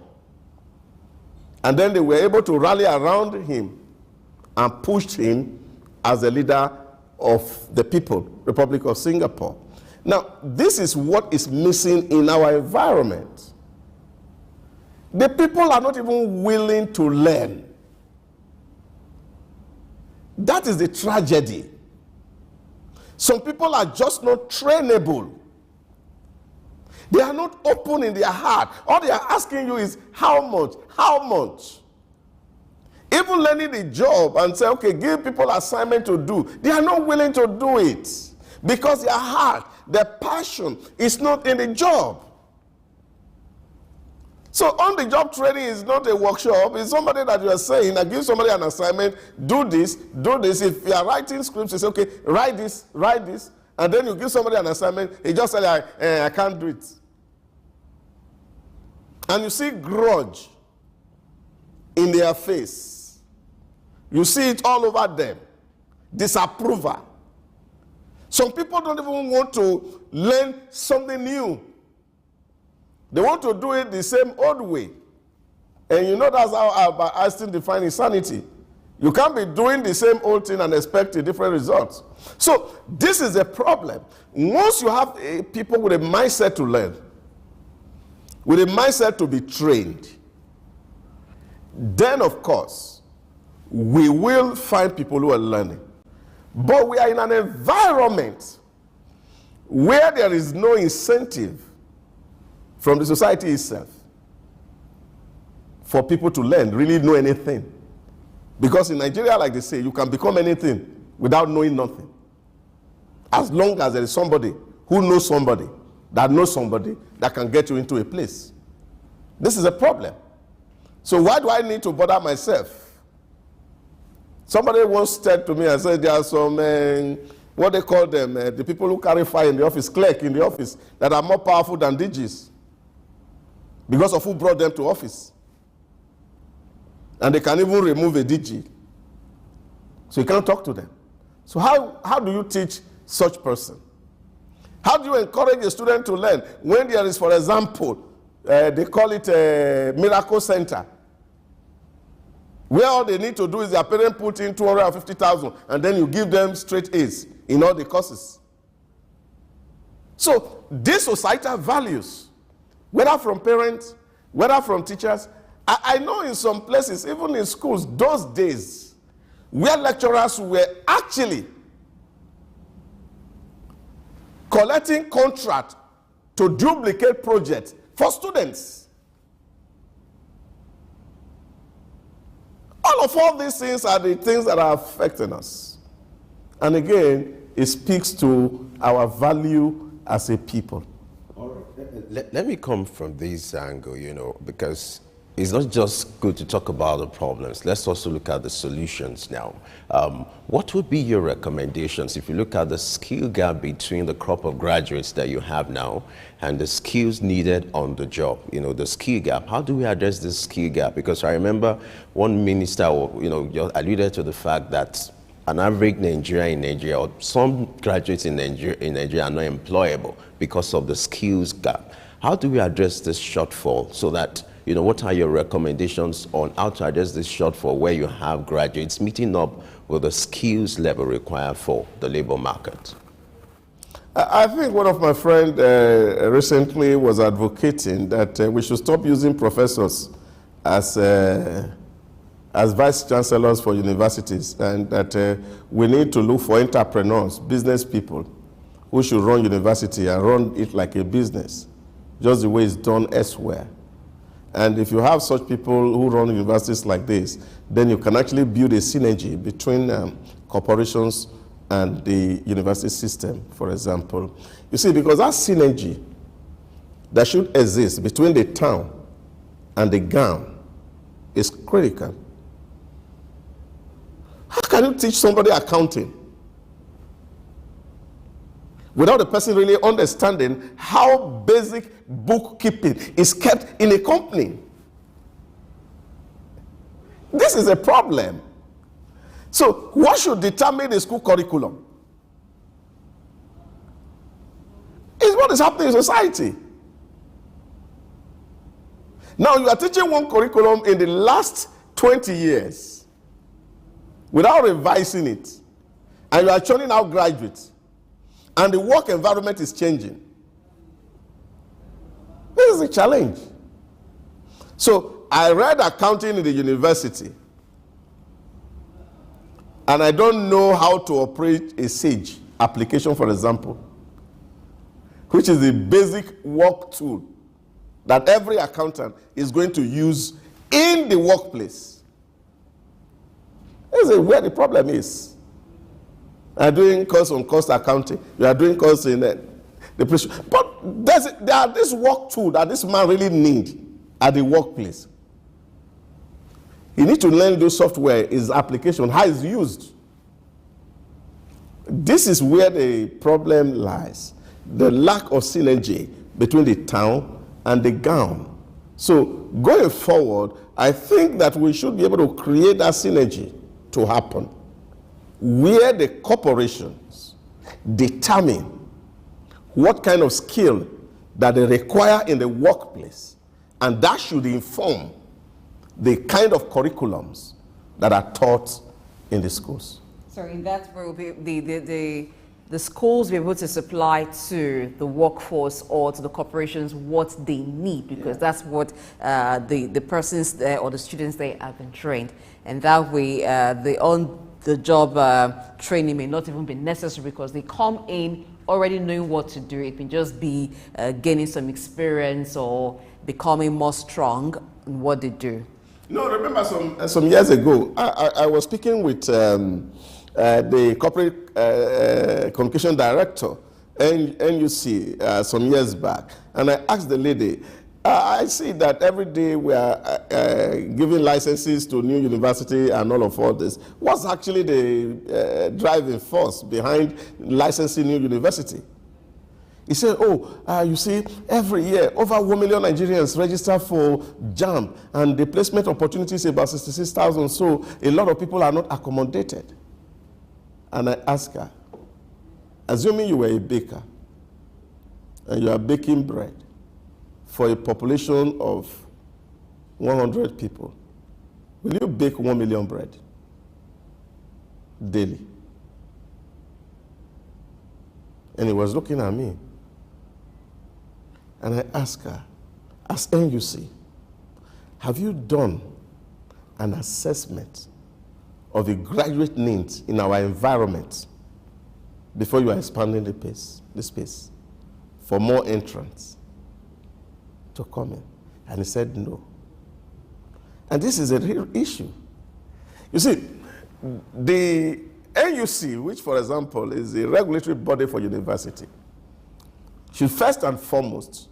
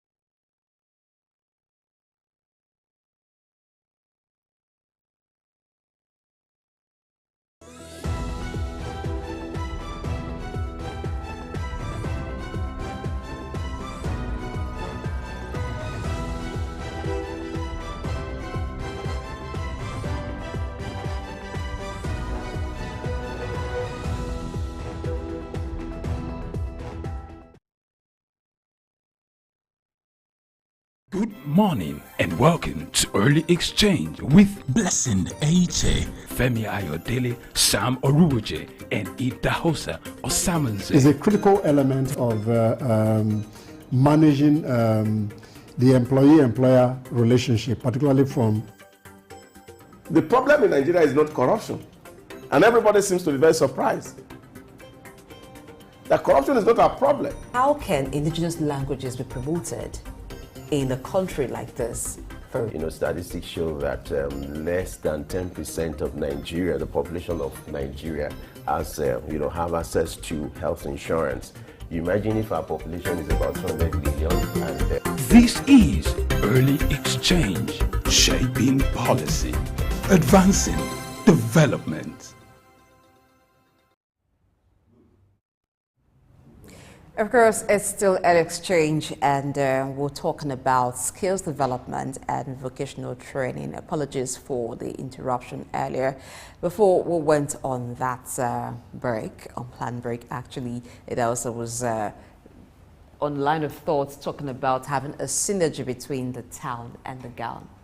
Yeah, the problem, the point I was making actually was the fact that, you see, because we have put so much emphasis on certification as a people, as against competence, it had given us a kind of a thinking that the only way people can make it in life is until they become university graduates, which does not happen elsewhere in the world. So I was, like I said, I was making a reference to the conversation I had with somebody in NUC at the time, and I said to her, why should we license university? And the point she was making was the fact that there's a lot of application, and the university spaces cannot accommodate everybody, and therefore they need to create more university.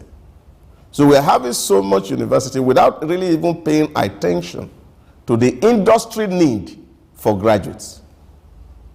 So that was where I was drawing the analogy of having a population of 1,000 and you are baking a bread for 1 million people without looking the size of your market. So my emphasis was the need to do baseline analysis on what is the industry need. How many graduates do we need as against those who are in polytechnic? I also remember in 2016, I had the opportunity to also train at Auchi Polytechnic, and I was speaking to the rector to ask her really what was the plan for the Polytechnic, and she said to me, oh, what they are leveraging on her is vocational training. And I said, who are the candidate or the student for this vocational training? He said, they are past student. And I asked her, I said, that must be very wicked. Why will you keep somebody on your campus for 4 years, and after 4 years, he come back for 18 months or 6 months for something that will put food on his table? What was he doing in the first place for 4 years in your campus? And he said, oh, it was just for literacy. I said, no. UNESCO definition of literacy is the ability to read and write. And that happened at the primary school, not at the Polytechnic. We don't do literacy at Polytechnic. Literacy happened at the primary school. The ability of a child to read and write. That's what makes him literate. So at the secondary education, at the tertiary education, what you are looking at is developing the competencies that will put food on the table of a man. So if you know a 10-month curriculum is enough to put food on the table of a man, then design your curriculum around that space. Oh, but they don't have that power to do that. Of course, NTB have to do that for them. The National Board for Technical Education has to set the curriculum for them to use. This is the real nightmare, and this is where the challenges are.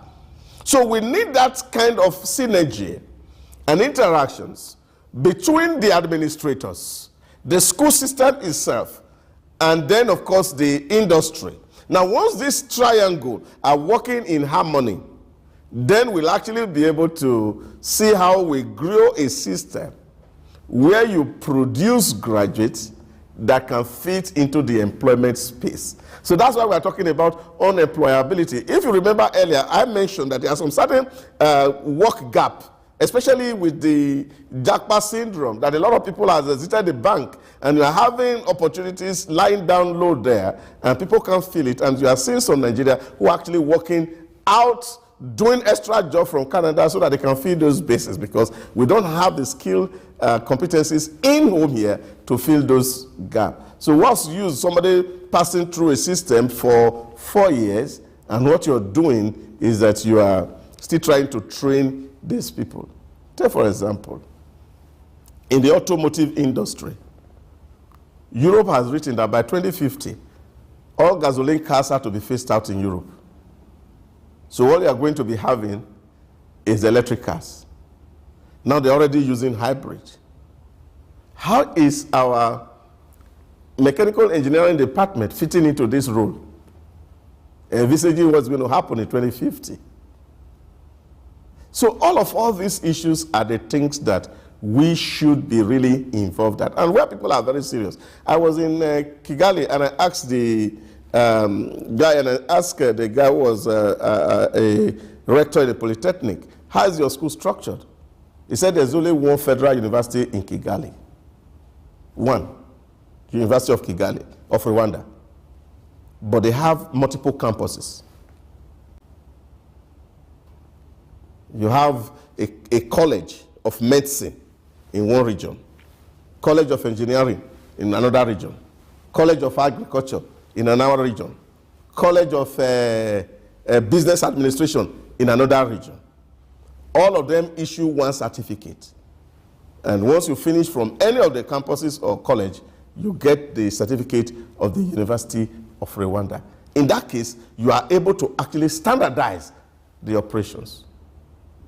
So you have a university, University of Nigeria, Nsukka, doing something different. You have University of Benin doing something different. You have University of Maiduguri doing something different. And at the end of the day, we can actually not articulate the things that we want. And you see, university siting too is not done in such a way that you have to actually leverage on the natural capacity that people have. And I'm just imagining, for example, that you're having a campus, a broad-based campus of animal husbandry down the northeast or northwest, where people are used to rearing animals. And all that you just need to teach them is the modern way of rearing animals. They're already used to it. They don't need to speak fantastic English to know the technology or the nitty-gritty of that industry. All they just need to know is the fact that this is how we have been doing it before, but there's a better way to do it to get good results. And that's why if you have read this book by Professor Jane Collins, Good to Great, and when he was using the Nicanor example of some companies that were able to actually move out from the realm of goodness to greatness, one of the things that he said in that book was the fact that you can not teach a farmer the attitude to work. And so what the company did was to take their factory to a location where people already possess the attitude to work. Farmers wake up very early in the morning and they want to get to work. Now that one you cannot teach in the university. Culture already provided that. And so once we are able to do things in these directions, where we are having training fit the needs on the environment, it will become more functional, it will become more productive. All right. We seem to be focusing on those who are literate, the graduates, but I also want us to tailor our discussion towards looking at the plight of those who are illiterate, who are not educated.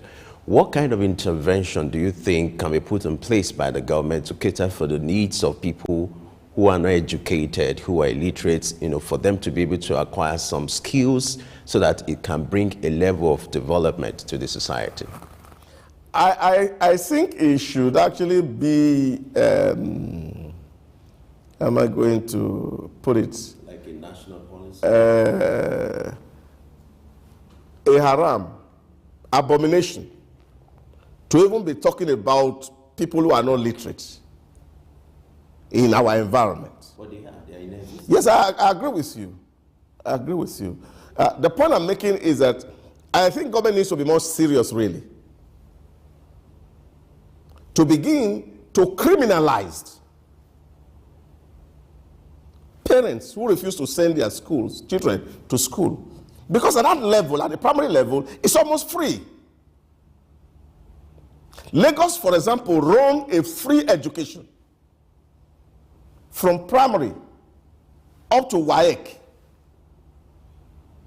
What is the business of having an out-of-school child in Lagos? That should be a criminal offense. You see, because there are some certain things that we don't need to joke with. The ability of people to be able to think. And when you are still talking in Lagos today, where school is free, books are provided, tuitions are not paid, and then you are having a child who says the child is out of school, the parent should be made to pay for it, for that irresponsibility. So this for me is what really we should really focus our heart on. Yeah, but for those who are already adult and are not trained, yes, society also have created these vocational spaces where people can learn new skills. And that's why I'm saying that there should be a national policy that had to be designed, ensured as a matter of fact, since we have NASENI already in place, whose role is actually to help develop skills around technical issues, engineering area, and science, then of course you can actually empower them to oversee this dimension of vocational studies so that it can have an appropriate structure in place or systems where people can go through and acquire skills that will be relevant to the need of the society. Talking about acquiring skills relevant to the society or even to the labor force, there are times government comes up with initiatives to train youths and even to empower women. Sometimes they seem to be skewed to a particular direction, and it's a wonder, like, how are this designed? How it doesn't seem to have the future in its plan. For instance, youths have been trained on certain skills, maybe agriculture, and the new methods of agriculture are not incorporated into such training. Women have been trained on certain skills. It's like, as of old, it's either hairdressing, it's either makeup, it's either maybe catering, things like that. So our empowerment initiatives, what is the way to go with that from the government level? Yeah, I think government is doing its bit. Anything done at government level most of the time is political, and you have a lot of political consideration and undertones around it, and at the end of the day, it may not really deliver value. But it's also to realize, too, that there are also some corporate agencies and establishments. Some time ago, I saw a kind of vocational training program or project that was initiated by the German embassy and an NGO in Lagos here, where actually they were doing a whole lot of like 3 months of training for widows and women. What they were actually doing, those I saw, and I think this one I had the practical experience of, was that these certain women were trained, for example, on catering. What they do is that they train them, they bring the equipment to site for catering, they do practical catering on Fridays, they do the classes, then they come to do the baking. Now, at graduation, they give them an oven, give them a gas cooker, and some basic equipment that they will need for training. And the center I saw, they did it like for 6 months, and people were coming to the center to learn all various of skills, including hairdressing and all of this. Now, this is a private initiative that also is empowering individuals to be able to do some work.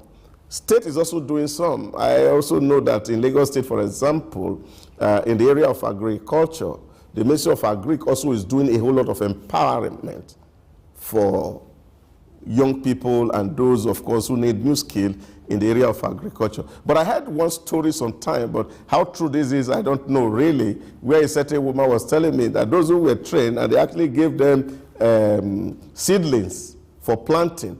They gave some maize, they gave some granite for planting, and then those who received it eventually went to sell it to people who are frying granite and making popcorn. You see, this is an issue. So government is intending something and say, okay, let me train you and then empower you. Don't let me not give you money. I give you seedling to go and plant, and then somebody convert it to cash. So what is the issue in that case? Is it about poverty or people not being serious with what they do? I think it's the poverty mindset. The poverty mindset is a problem. So people are so much concerned about today without necessarily looking at tomorrow. So we are concerned about what we are going to eat today. Again, that reminds me of the book written by Mesa Otabi, By the Future. And he says in that book that many of African way of thinking is what he called the Esau mindset, of eating everything today without thinking about tomorrow. And he said that the mindset that actually brings about development and transformation of society is the Jacob mindset, which is the mindset that invests, the mindset that cultivates. And you remember that story of Esau and Joseph and the Jacob in the Bible, where, of course, when Isaac was about to die, he had asked Esau to go and get an animal from the bush, which was his forte, to make that delicious meal that he loves to eat. And then he had to run to the bush to go look for an animal. And unfortunately, a Jacob who don't need to go to the bush, has several goats at the backyard, just went into the backyard, bring out one, and then before he came back to get his own, they have prepared the same meal and the father has eaten. And the blessing was given to Jacob instead of Esau. You know, when we look at that scripture in the Bible, so was it ethical or not ethical, it's a different ballgame. But just imagine that Esau had the ability to think about cultivating, you know, those animals that he was killing. He just killed like every hunter. They kill the hunter. All that is, you run after an animal, kill the animal, eat it for the same day, and that's all. Against Esau, who will have to nurture the animal to produce, Jacob will have to nurture the animal to produce many more animals. And then you can actually take one of the animal and then slaughter to eat. You see, but that's the assignment that God gave to man, really, especially if you read it from the point of the Quran or the Holy Scripture of the Bible, where the Bible says, replenish the earth. So we just don't need to kill all the animal and eat. And that's why you see, if you come to our villages now, a lot of animals are extinct. Why? Because we just, as hunters, kill them and eat. We don't cultivate them. We don't domesticate them. So this is the problem with a lot of us. We have the Esau mindset. Just kill and eat. And we're not thinking about savings. We don't think about investment. We don't think about tomorrow, that we need to eat today, but we also need to survive tomorrow. All right. How interesting to know that Chidauza is giving us some biblical lesson related to skills development. That's great. All right, we'll go on a short break now. When we return, we'll take more lessons on skills development from our guest. Is he here with us? Just stay with us.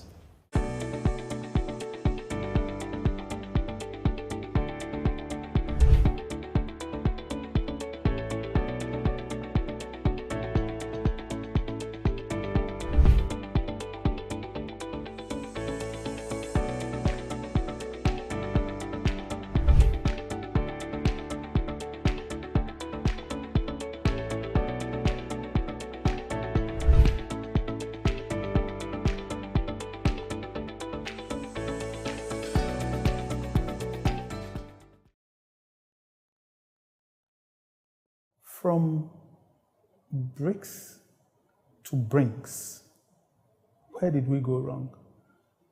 And what am I talking about?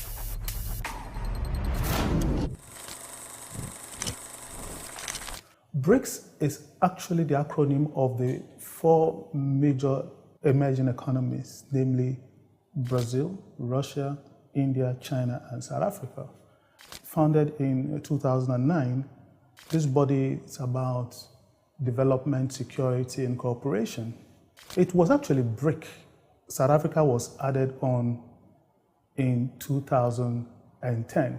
And there was all hope that it would become BRICS with an N for Nigeria. And this was not far-fetched because Nigeria is the largest economy on the continent.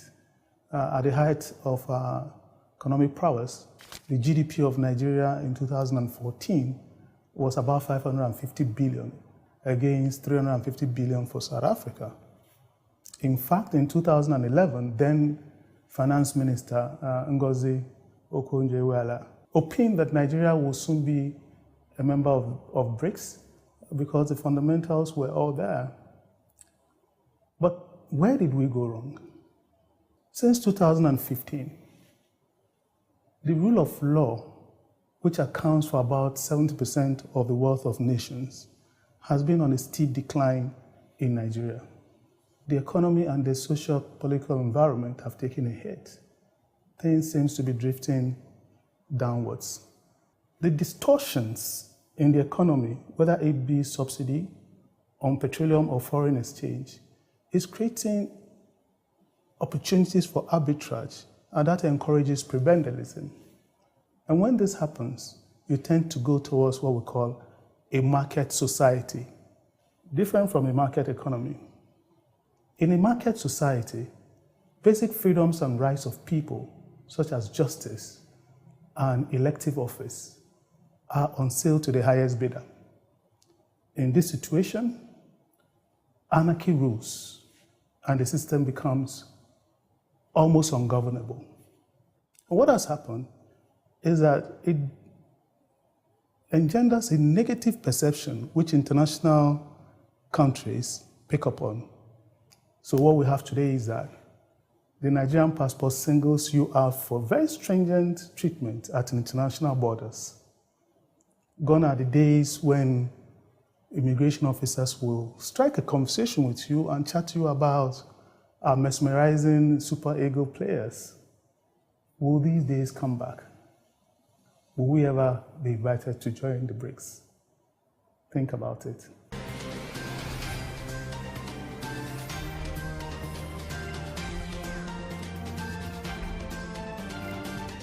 Good morning and welcome to Early Exchange with Blessing Eche, Femi Ayodele, Sam Oruwoje, and Idahosa Osamanze. Is a critical element of managing the employee-employer relationship, particularly from...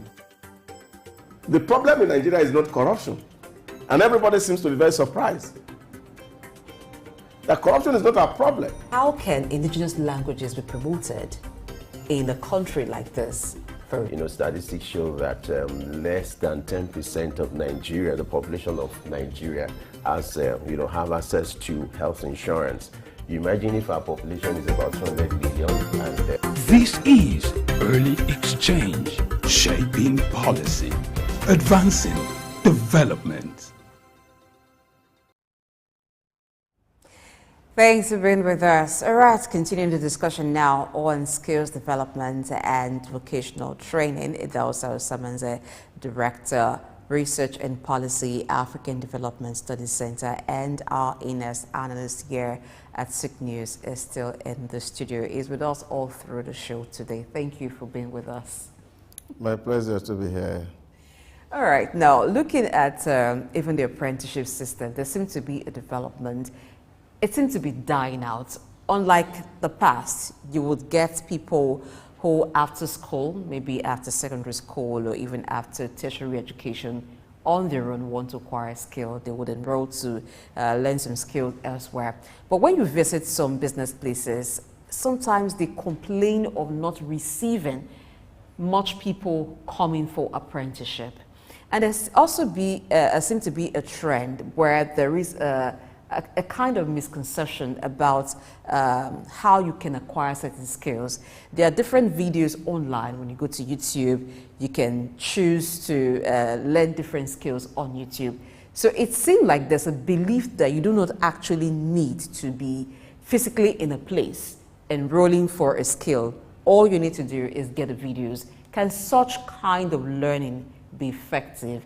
The teachings people receive from videos online, is it enough to give a person all the knowledge, all that they need for a certain skill? Or is it skill dependent? It depends on the kind of skill you're acquiring. Well, like I said from the very beginning, when you look at our environment and the way we do things, you know, I belong to an Orthodox church. We used to say, as it was in the beginning, so it shall be now and forevermore. Nothing changes. But of course, we all know that life is so dynamic that the only constant thing in life is change itself. Everything is in a state of flux. Things are changing. But the unfortunate thing is that many of us do not move with the time.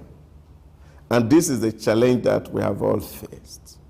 Now, when you go elsewhere, where they've done a proper environmental scanning and they have looked at these issues and the way, for example, Gen Zs want to learn things, they have been able to incorporate some of all these things into the way these people learn and acquire knowledge. Take, for example, I remember in 2015, there was a policy in the UAE which actually emphasized that, for example, if you are a civil servant, you are expected to acquire a new skill through the MOOC platform, mass open online campuses. And you have several of them, many of them, with thousands and thousands of free learning, except that you want a certification, then of course you pay like $100 to download your certificate. Otherwise, you can just go to Udemy, you go to Coursera, and several other platforms where you can actually learn. But the problem is, here, internet is here.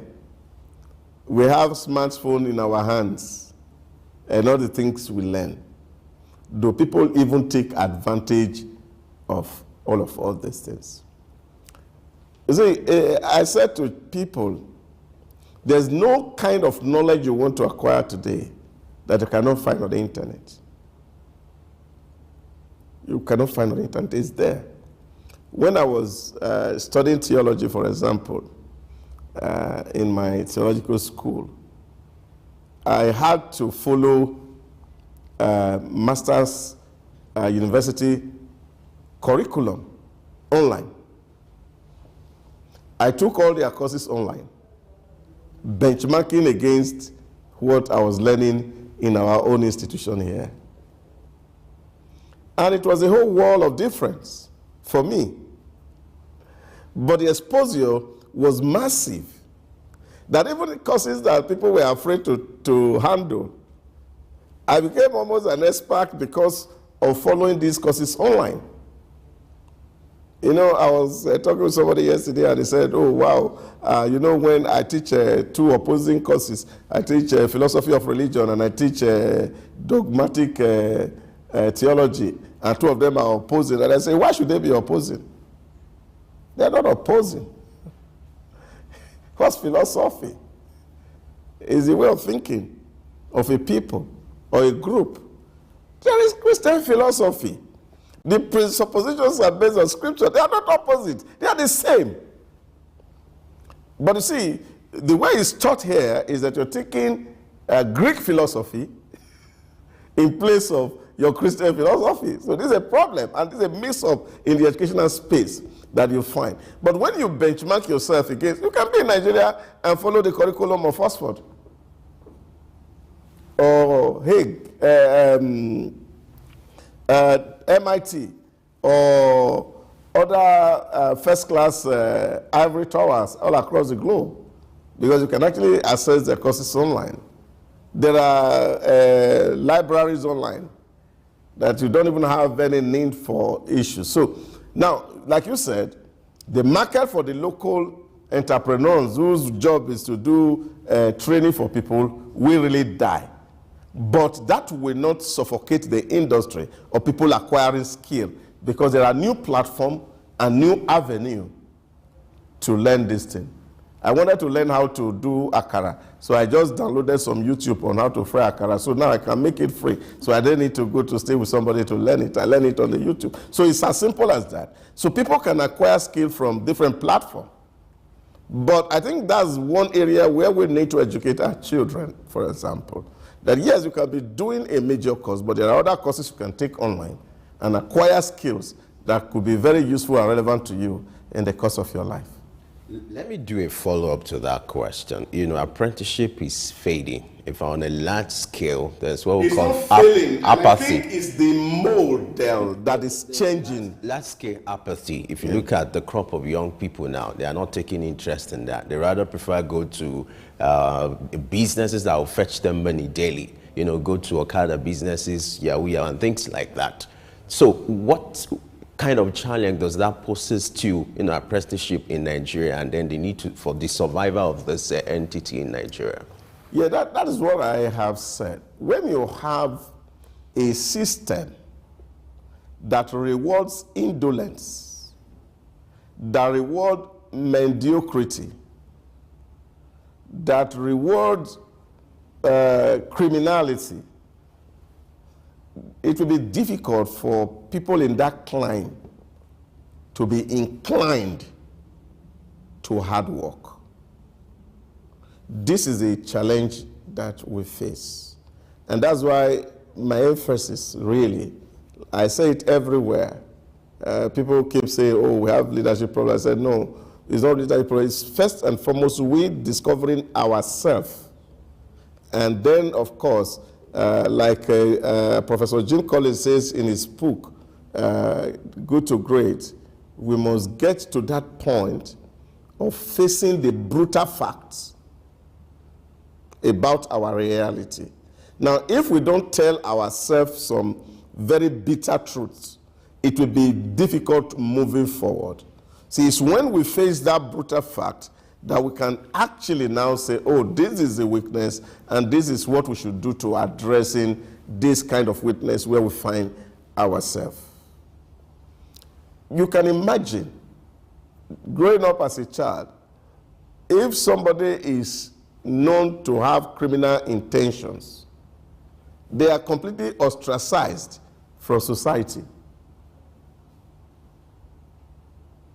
If you go to school and you come back with a pen which was different from the one that your parent bought for you, you are exposed. They take you back to the school and you have to explain where you got the point from. We are having a society today that where children who are in school and they tell their parents that they have bought a car, and people don't see anything bad about it. And they don't ask what kind of job are they doing. And they are just happy that their children has bought a car as students. This is a sad story where we know no thieves, criminals, people who are diabolic, get into money ritual and the rest of them, getting chieftaincy titles from traditional and revered rulers.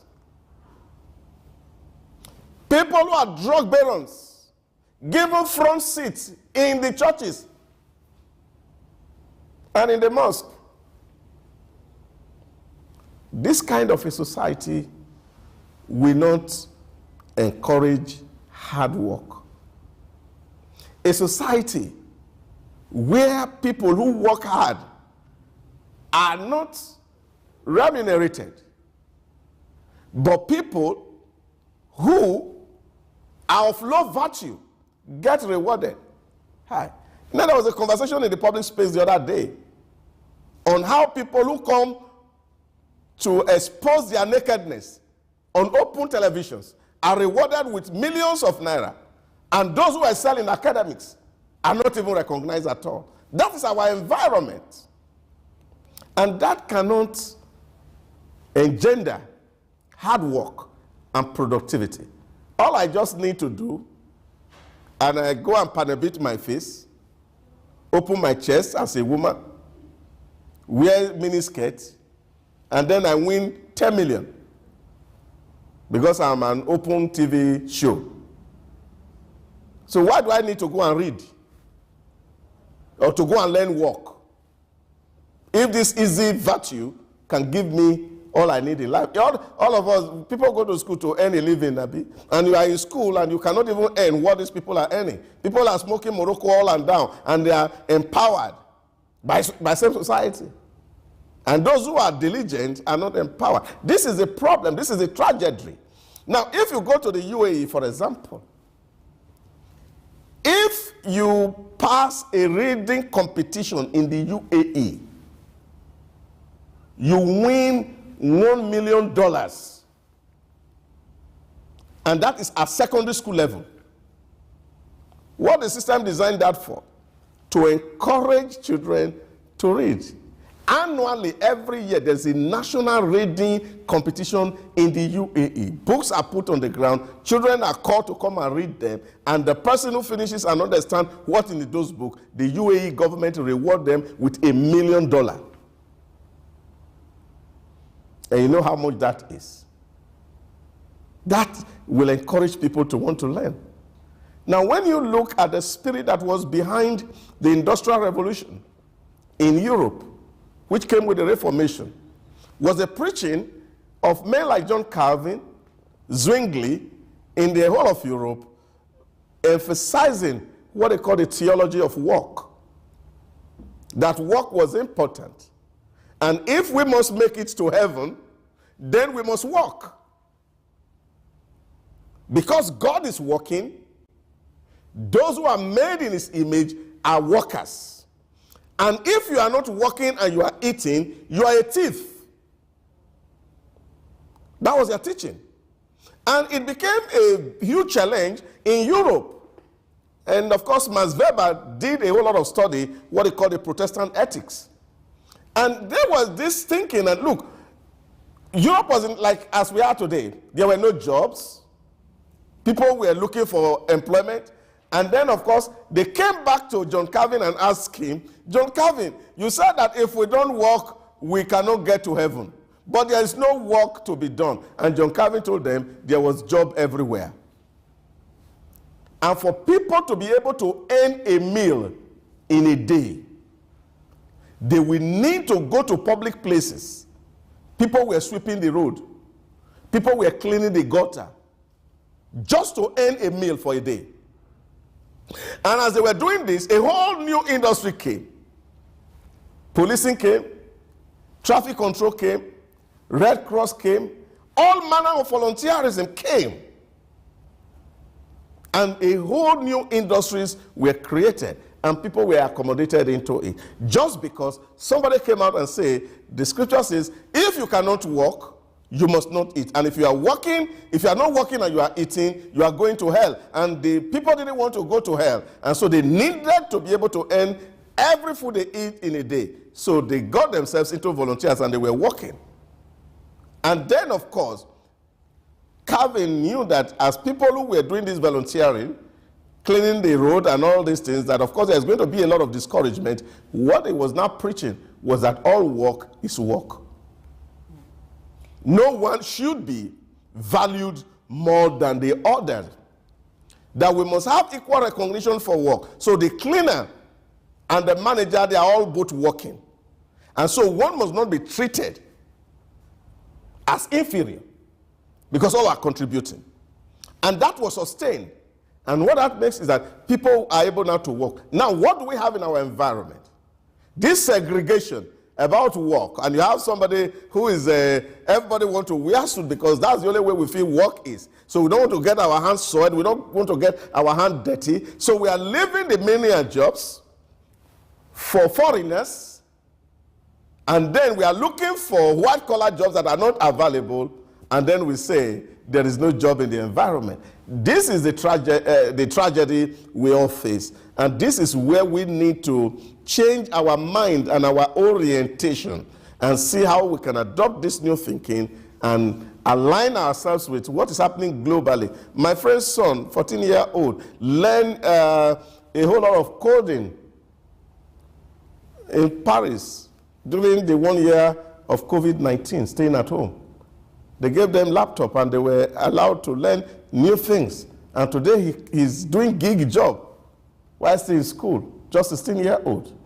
And he's earning money from across the globe. So this is what we need to do. We must have to embrace new technology, embrace new way of thinking, embrace new way of doing things. And then, of course, all the problems we think that are around us, we just see that they really do not exist there. So looking at global practices now, what is the trend of skills development? What area are skills development going towards that people, individuals, and even businesses need to be looking at? What are those demands from businesses in terms of skills that people should be looking towards upskilling at? You know, I was having a conversation with a friend recently. He was looking for a job, and then I was in the UAE, and he said all the time he went for interview, nobody asked him, what course did you study and what certificate do you have? All that employers want to know is, what can you do? It's simple. I don't want to know whether you read computer engineering or computer science. I need somebody who should be able to fix my laptop when it spoils, or our computer system in the office. That's what I need. Whether you have a PhD in computer science is not my problem. And I think that's a trend globally today. People are actually not looking for certificate. People are looking for competencies. People who have capacity to do work. And say, okay, this is a job available. Tell me that you can do it. And then demonstrate that you can do it. Whether you have a degree or don't have a degree, it doesn't matter. It's only in Nigeria here we glorify certificates, which are almost useless. So I think we should be able to look beyond certificates and certifications to look at what people can do. And if people can do work and they are rewarded appropriately, then this rat race to make money quick will reduce a great deal. Now you take, for example, if you're a plumber, for example, in the US or in the UK, you can earn more than a professor. So if I know that I'm doing plumbing work and I earn so much, what professor can, so why will I get to really bother myself thinking of going to have PhD? That's why you actually find that if you go to US today, really, you see, in terms of the academic community, the proper people who are from the United States don't have it. And that's why Nigerians are the most enlightened community in the US. What they need the school really for? The school is just to be able to feed you, really. Now, if the system is looking for people who can work, so they focus on work and not the academics. Although some people are turning to drug as it were now. But what is important here is the fact that people are actually looking for skills to do a particular job. And that's what industries are looking for. They are not really looking for certificate. Oh, I have a degree in mass communication, and then you cannot communicate. So what is the use of that degree to me? And if I have somebody who read history and is able to communicate well, so I would prefer the history graduate to the one who read mass comm. So this is where, like we said, that synergy must have to exist between the town and the gown. All right. One of the challenges confronting skills development in Nigeria is the issue of funding. And what you see now is the politicians, they've taken advantage of this vacuum, you know, to score political gains. They come into this space to empower youth and women when it comes to political equation. Now, how do we solve this problem of funding or make it like a form of national policy where it becomes a norm for Nigeria to empower or, you know, what I call sponsor skills as acquisition for its citizens, so that politicians will not take advantage of this vacuum as a political tool? Well, I also feel that what we need to do is a review of some of our laws that actually inhibit some of these things happening. Now, when you go to other climes where you see people have value and interest, funding is always not a problem. That's why you see individuals that are very wealthy, that the community or society has been fair to, and they have benefited a whole lot from the system. They institute chairs in various universities. You have Ford chairs. All they are trying to do is to train up a professor, for example, in a particular discipline who will mentor young people to grow competencies and expertise in a particular discipline. And that professor is not paid by state money. It's paid either by a family or a company who has interest in that line of business or industry. That happens everywhere. And I think we can also really replicate that in our environment.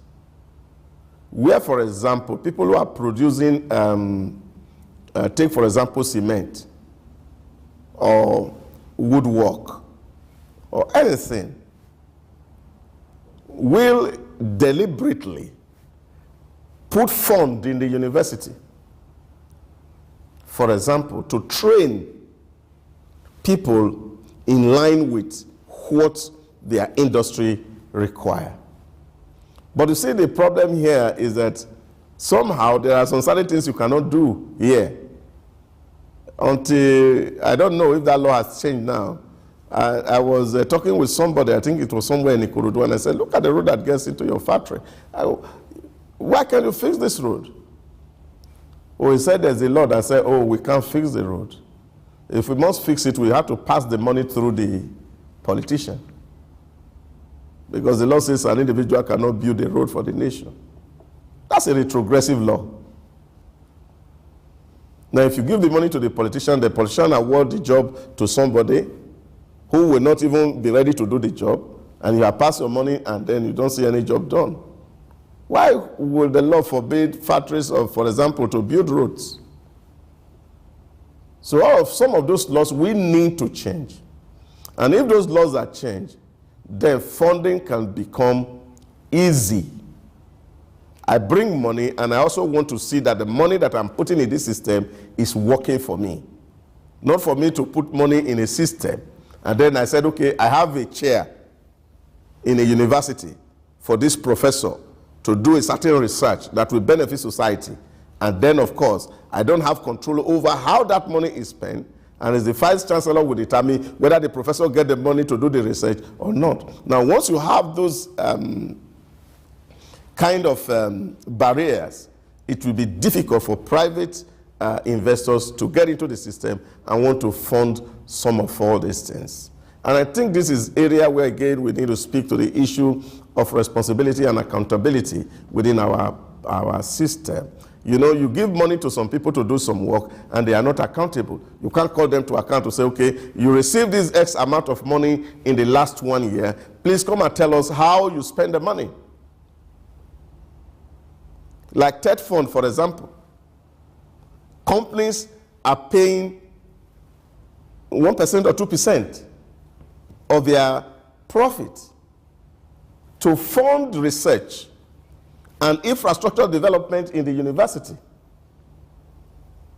Now, how do companies actually interface on how this money is spent? The money is given to government, and then those in TED Fund and those in the admin in the university determine how they are going to spend the money, and they use it to build structures, some of them that are not even needed within school. You can imagine a situation where TED Fund is building, what they call it now, auditorium, where people are doing entertainment, and students don't have classroom where to learn. So these are the issues that really will affect the funding, because nobody is actually saying government has to do the funding alone.